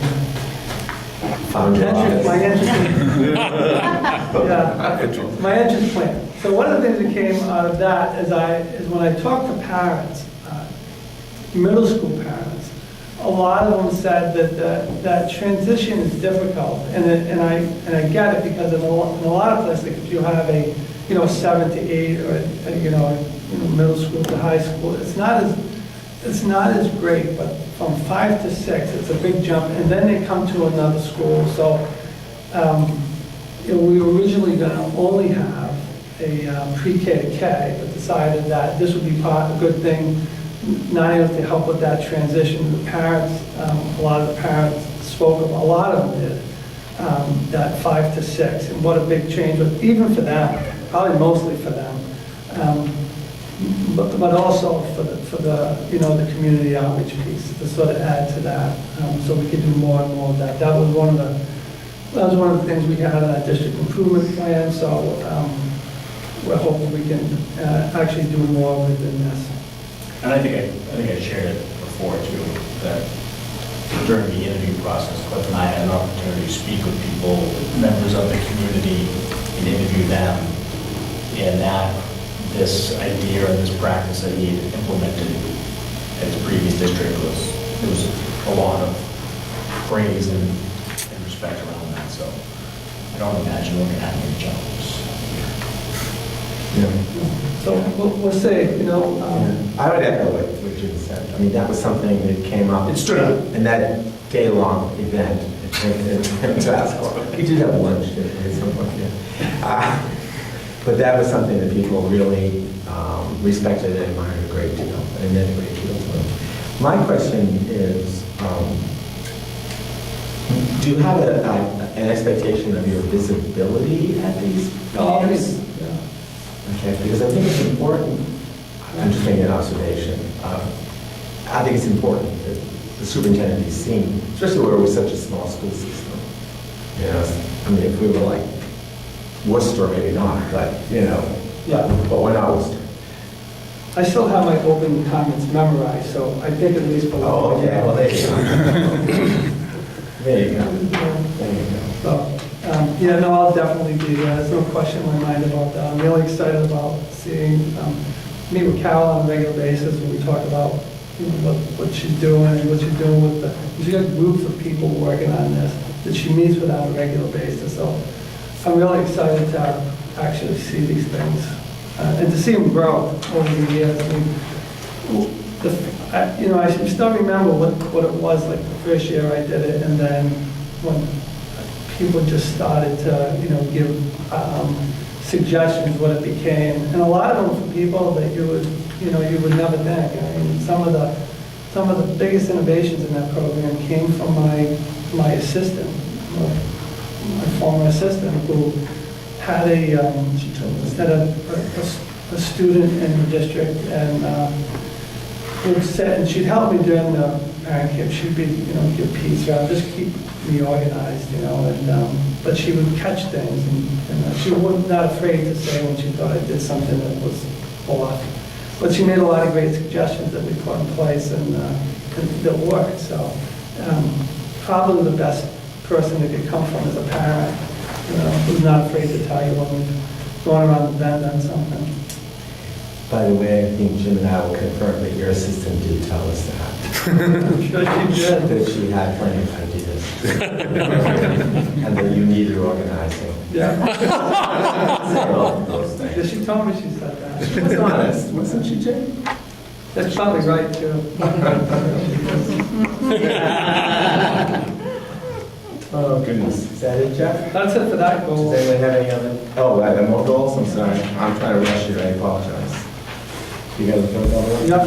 I knew you did. So I had a third goal, which is the professional practice goal.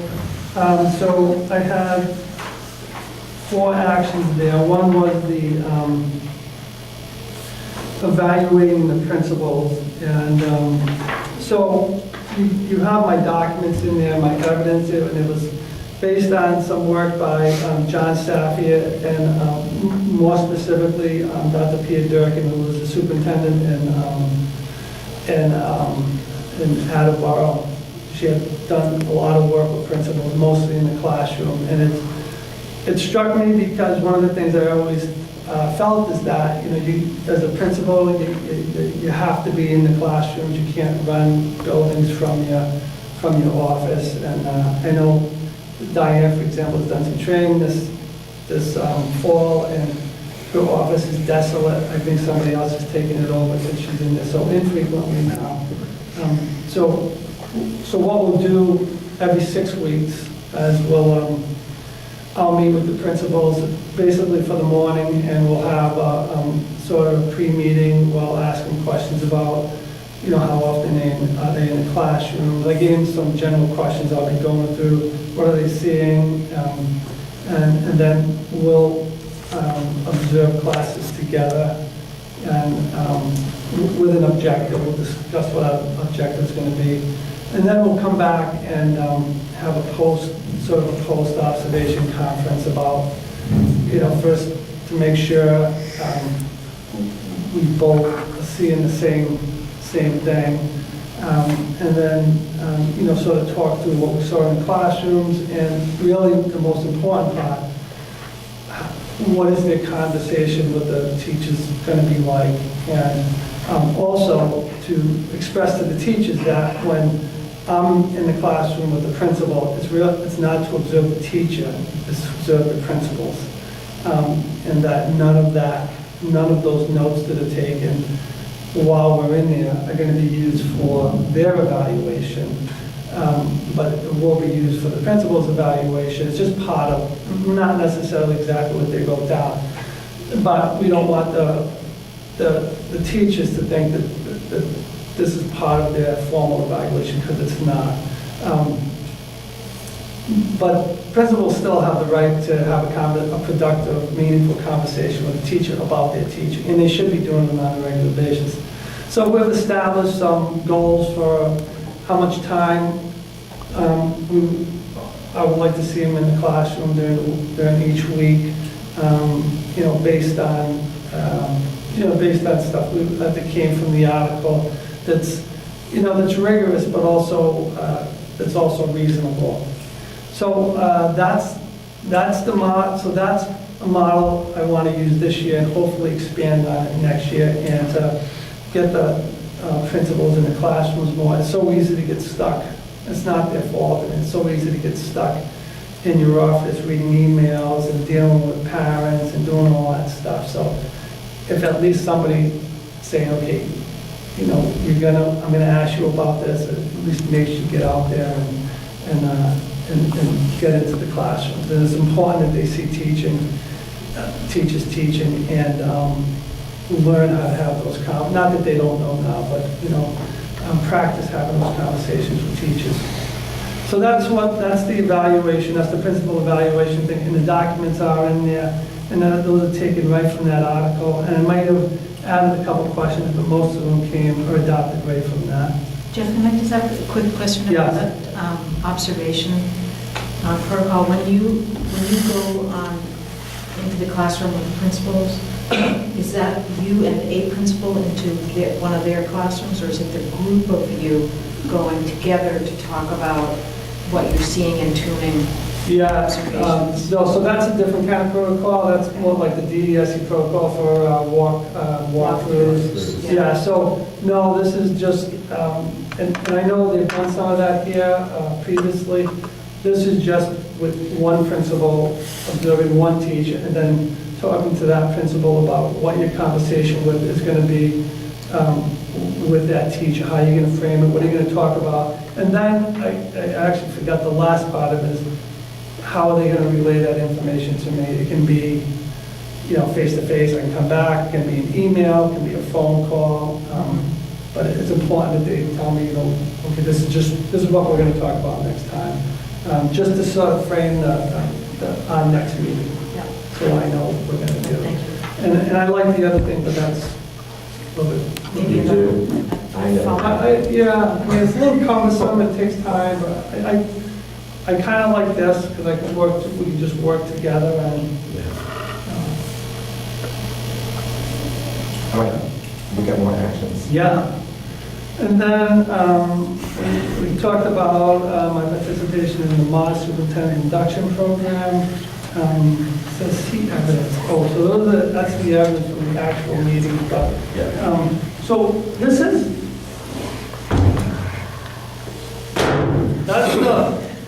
the material.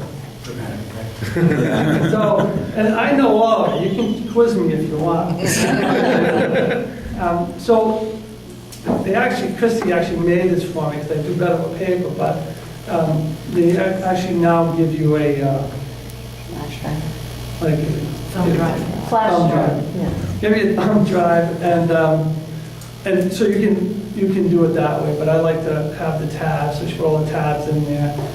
So basically, the remainder of this is we do have meetings, regular MOS meetings that I'll attend, but almost all of this is aimed at new superintendents, but specifically for superintendents of regional schools. And so the rest of it is really, you can't absorb all this in the time they give you. So I've been meeting with Steve Hammond. He came in and actually spoke to Bob and I about when we were starting to work on this budget. It's just the stuff he has off the top of his head. He brings no papers, but just the amount of knowledge he has on regional budgets. He was a business manager first before he was a superintendent. So, we just go through that and sort of ask questions about the budget. And so I'll continue to do that, go through this, and then, call them in and have them and go through, just the pieces of the program that some of it I know, but, some of it that I just don't understand yet. So that's the Mars piece. Assabet Valley, I'm already a little bit behind there. So I've gone to 50%. I said I was going to go to 90%. I'm going to 50%. And because I can't make my own meetings, the most I can hope to attend is 80%. But I had some things, some medical things I had to deal with, so I missed a couple meetings, and, these are ones I actually would like going to, because it's all superintendents from right around me, so it's the people I lean on the most when I have questions. So that's what it is with that. I mean, there's really nothing I can do at this point with that. And then the fourth action I just talked to you about it in relationship to the Mars program. So those are my 3 goals. I think we're ahead of where we should be, and I don't anticipate at this point that we will not meet these goals, except that 80%. There's nothing I can do about that. But all of the other ones, I don't see any reason why we will not meet them. Or exceed them at this point. Okay. It's 8:30, we're at our 2-hour limit, but if someone wants to ask a question, they can. Sit on your hands. Okay, hearing no requests. The next section of our agenda under reporting is the principals' reports. And as chair, I just want to congratulate the principals on your fine reports, your written reports, and the way you've targeted your school improvement plan goals so we can see what those activities and initiatives, how they fit in with what you're doing. So thank you very much. And my plan as chair for the remainder of my tenure is that you shouldn't come to these meetings expecting to have to do a presentation. You've taken the time to write reports. I will give you an opportunity should you want to say something, and I'd like to give community members an opportunity to ask questions or make comments, but you've done the work by writing the report. So I think that's good. I hope you don't feel offended by that. At all. I hope. No, you're on the Christmas.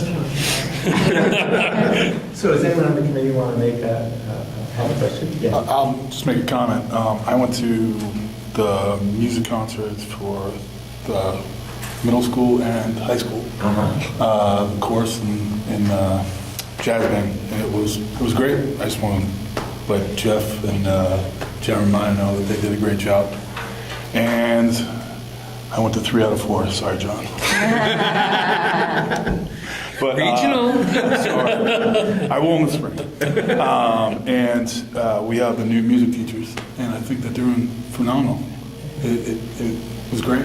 They're really great. So, good job. I'm sure there were some members on this committee that did that. But I'll share that. Anything else? Okay, I'm going to move along. All right. Lori, do you have anything to report? Just one very brief update. Our attorney sent an email indicating that there is a hearing scheduled with the National Labor Relations Board and the 2 teachers' unions, which is part of the process. There's a preliminary hearing prior to scheduling an election to determine which of the 2 bargaining, which of the 2 unions will represent teachers here. And that's February 5th. Yes. Do we know when they're targeting an election date? No. I don't know. Okay. Is anyone at the table? No. Okay, no. Thank you. I'm just on that mailing list, so same one as the winner. I'm going to flip around the list here and the reports because I want to make sure, before we all go brain dead, that we get the subcommittee report from policies, because we need to take those votes. So, I don't know how you two want to divide that up, but You were going to do that, but I... Yeah, I will. Oh, that's fine. So there were two policies that originally, you can see that it's been crossed out. Those were the MOUs, policies LG, E, and I can't even read it because it's crossed out underneath. Those two represented the MOUs, and for now, the decision was made by the policy subcommittee. Those MOUs will stay intact until there are replacements. And this is regarding the relationship with the police. The second policy and guidelines that we worked on was development and organization of high school and intercollegiate athletic programs policy. And actually, Diane and Matt Recaro had brought the issue to the policy subcommittee. There was discussion, and then they went back and drafted some language to reflect the discussion. It really, primarily the change has to do with cooperative athletic programs, and what we're doing is introducing a definition of what strong interest means in order to run a cooperative program, that it should be no less than 5 students. We did, however, because philosophically I think the committee was on the same page, we did not want to preclude the possibility that another school could request fewer than 5 students. And so we wanted to build that possibility into the policy as well. Also because we feel like as a small school, there's an opportunity there to offer students additional opportunities. So the language has been inserted and provided for that exception. The last piece is that we were informed that MIAA actually charges somewhere in the vicinity of $100 on an annual basis for cooperative sports. And so written into the policy is the fact that families of students who are participating in a co-op sport where there are less than 5 participants would be expected to pay that MIA fee annually. And that current students or current families in that circumstance would be grandfathered. Did I capture that? That's correct. Can I ask a question about that? Is that per sport or $100 per student in the sport that's the MIAA? It's per cooperative sport. Per request. So if Per there sport were, request.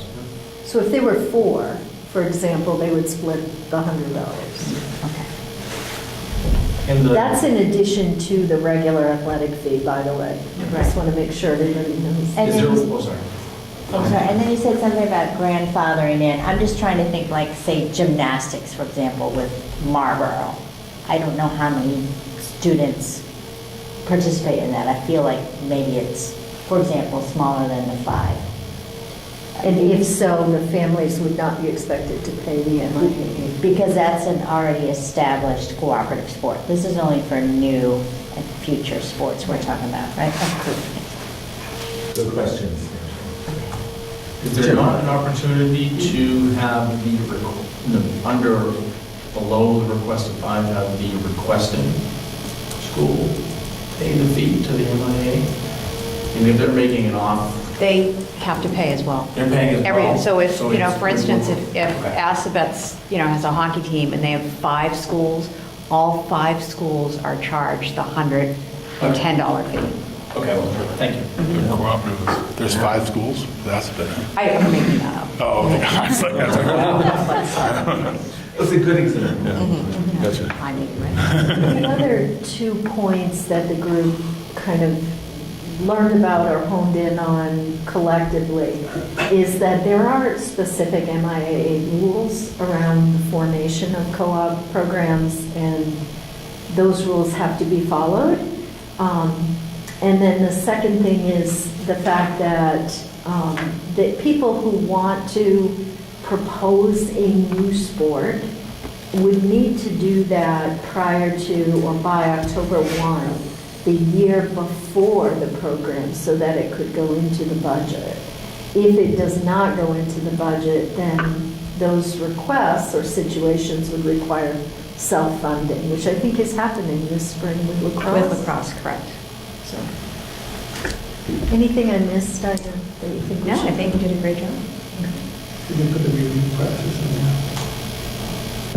On an annual basis, the principal and the athletic director will review current co-op programs to ensure that they continue to meet the MIAA criteria.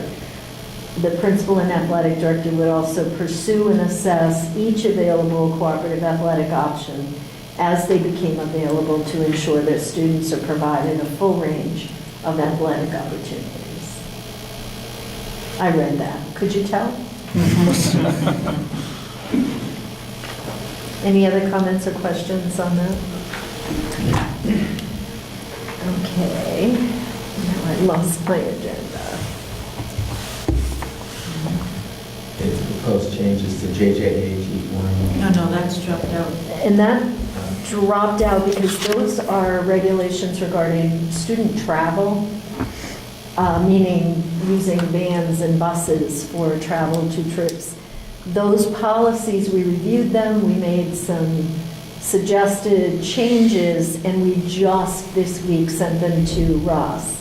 He has actually completed a review and already sent me, but I haven't looked at it. So at our next meeting, next policy subcommittee, we'll go over those comments. And then IHBEA, did you want to comment on that, Susan? Which is the ELL. Right.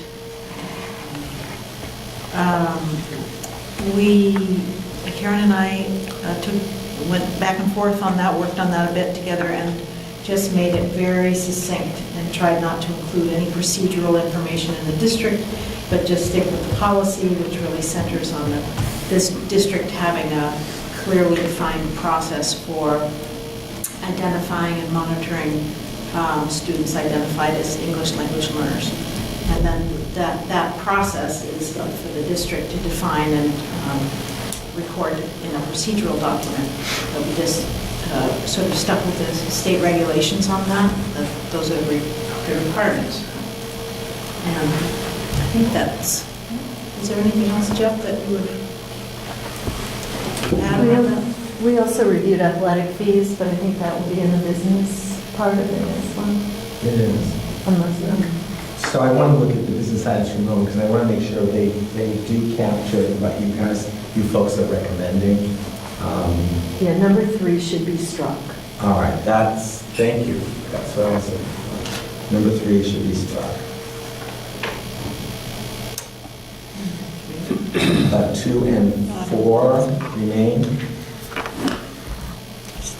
No. Number 4, JJHE1 and JJHE2 and JJHR should be struck. Okay. But IHBEA and the athletic handbook would remain. Okay. Thank you for the clarification. I appreciate that.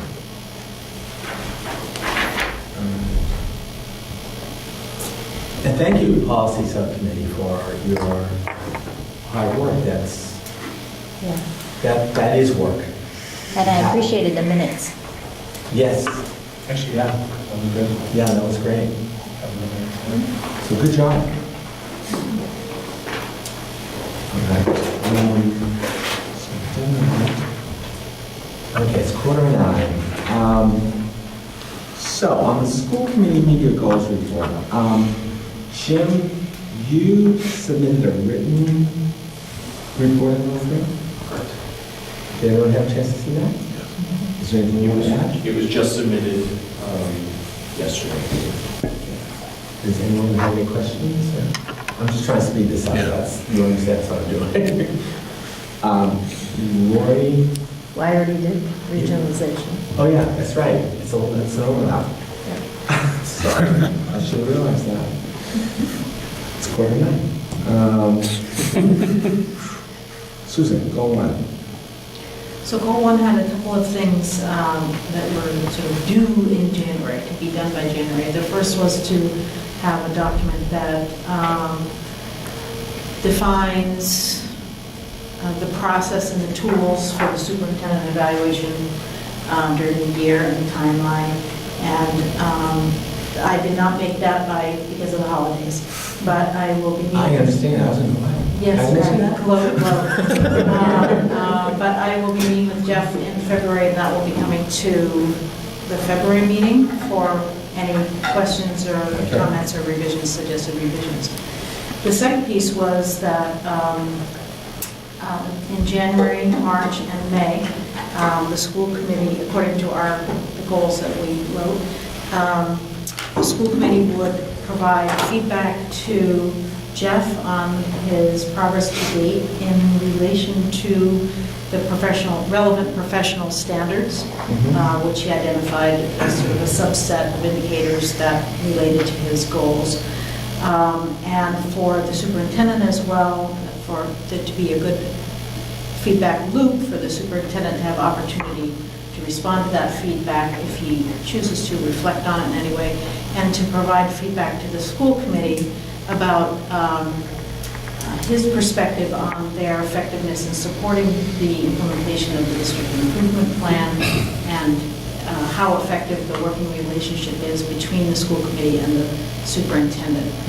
Now, because we don't have time tonight, really, what I would ask is whether the school committee would like to provide feedback via email that you or I could compile and give to Jeff before the February meeting so he can think about it. And that at the February meeting, when we're talking about the evaluation document and so on, that there be an additional, 5-10 minutes for Jeff to respond to to that feedback and to respond to the other issues about giving feedback to the school committee. Okay, so what I'm going to propose is that the document, I think, I think you and I should have a chat about that, and I will let you know how we're going to handle that, okay? Because Susan was busy on the holidays, and I was busy on the holidays, so like in the next 2 weeks, we're going to do Yeah, that's fine. I just want to be timely. Of course. The feedback needs to be timely. You just gave us mid-year report, and we should have feedback. Well, you've got your That's my notes. concern. Right. And it should be specific and useful, productive feedback, not the sort of general Right. stuff that we do. Okay, all right. That's how we'll proceed. Anyone, okay, Jim? Can I ask a question about my report previous? Yes. I had actually a quick question I need to ask. One of the things that needed to happen, one of the goal things that was due was to meet in January with Jeff to start discussing the community engagement plan. We have that scheduled, it's on our calendar. Keith and I worked on that. Because Keith and I will be meeting with Jeff as two members of the Boylston School Committee, do we need to post that and call at least the Boylston? Yes, it's a quorum. It's a quorum, right? Well, the Boylston School Committee still exists. Yeah. Or should But I? would you be doing it as your role on the transitional regional committee? I really think you'd be doing it as a role on the transitional region. I agree. Good decision. Well, we have so many choices. I mean, it's just the development, it's like a development of a committee. It's more like all this kind of development stuff to put in place for next year. It seems like reading the goal. I would agree with you. Are you okay with that? Well, Yeah, I'm just. to put in place for next year, I'm sorry, this is about the parent engagement committee? Community. Community, Yeah, yeah. community school, very correct. Yeah, I don't know, I agree, I don't necessarily know that it's, yeah, I don't necessarily know that it's relating to next year, I think it's for this Well, year. even if it's this year, you and Keith are talking about the superintendent's community engagement to both towns. To both towns, right? So It's it not would be, one the- town. it would be the transition committee, I would think. Or at least the most part, or regional. The regional. Well, that is- In which case, you're not informed. You're not informed. Yeah. No quorum. You can do it if you're going under the region. Comfortable? You're Yeah. comfortable? Yeah. Is it representing both towns? Absolutely, absolutely. It's not a Boylston. Just wanted to ask the question. Great. But don't discuss any Boylston-specific stuff. Violating open meeting. Good job. You're all doing great navigating these confusing waters. Good for you. If I'm right, we've concluded the reporting section. All right. So business items.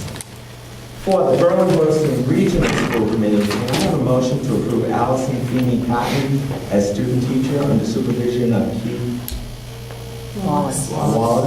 So moved. Made and seconded. Any discussion? All in favor? Aye. For the regional committee. Do I have a motion to accept the recommendations of the policy subcommittee to accept the addition of the development and organization of high school and intercollegiate athletic programs policy? So moved. Second. Moved and seconded. Any further conversation? All those in favor? Aye. For this regional committee, I need a motion to accept the recommendation of the policy subcommittee to approve proposed changes to policies. No. No, to policy IHBEA Yep. and the athletic handbook in regards to athletic fees. So moved. So moved. Second. Seconded. And then just to let people know what that means, the decision was not to change athletic fees at this time. And that was the recommendation from the school as well. So is there any specific change in the athletic handbook then, other than? No. Anyone have any questions answered? Okay, all in favor?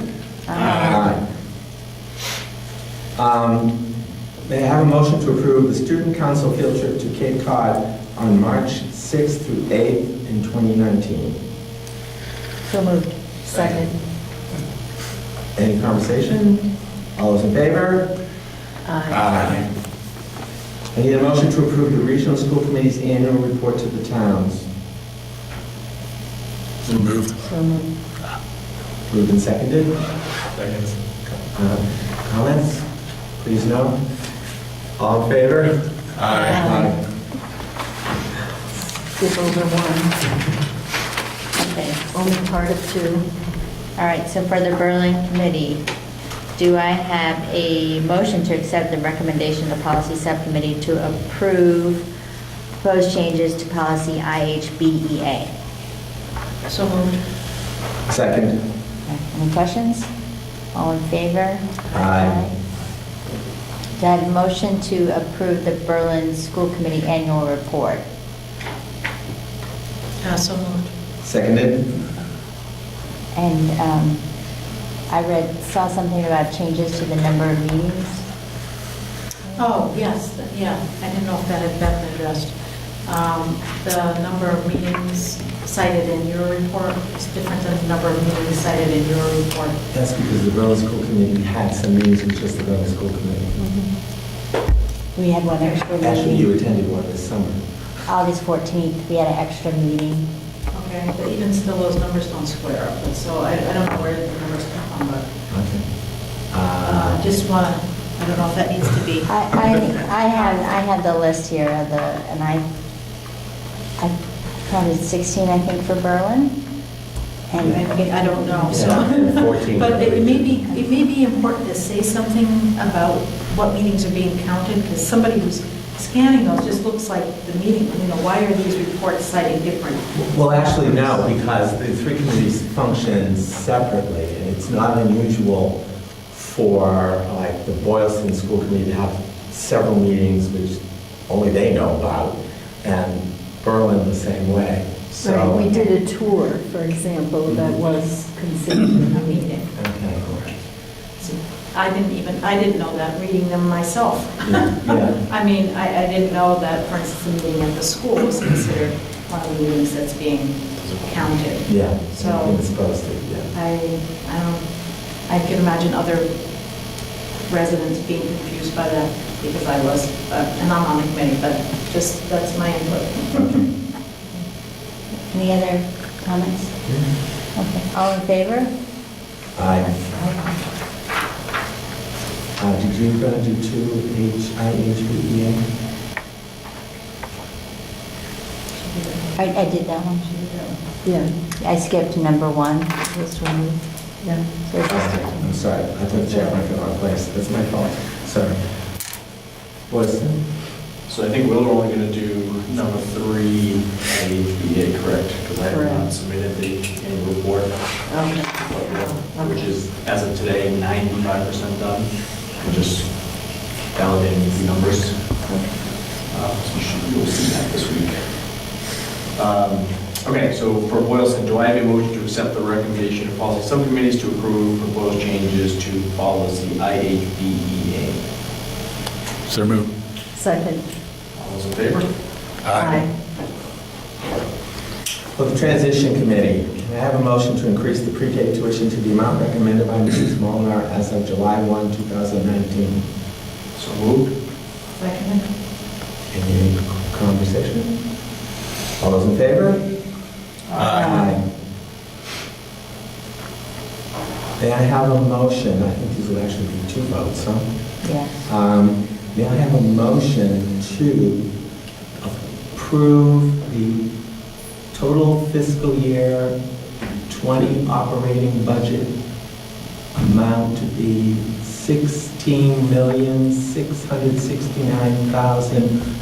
$16,669,324? You want it up there? I'm reading it off my computer, so thank you. So moved. Second.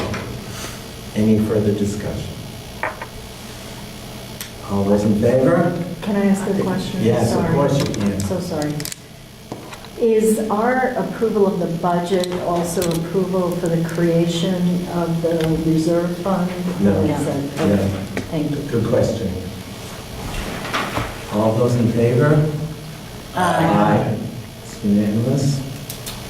May I have a motion to approve the fiscal year 20 capital budget articles and for the total of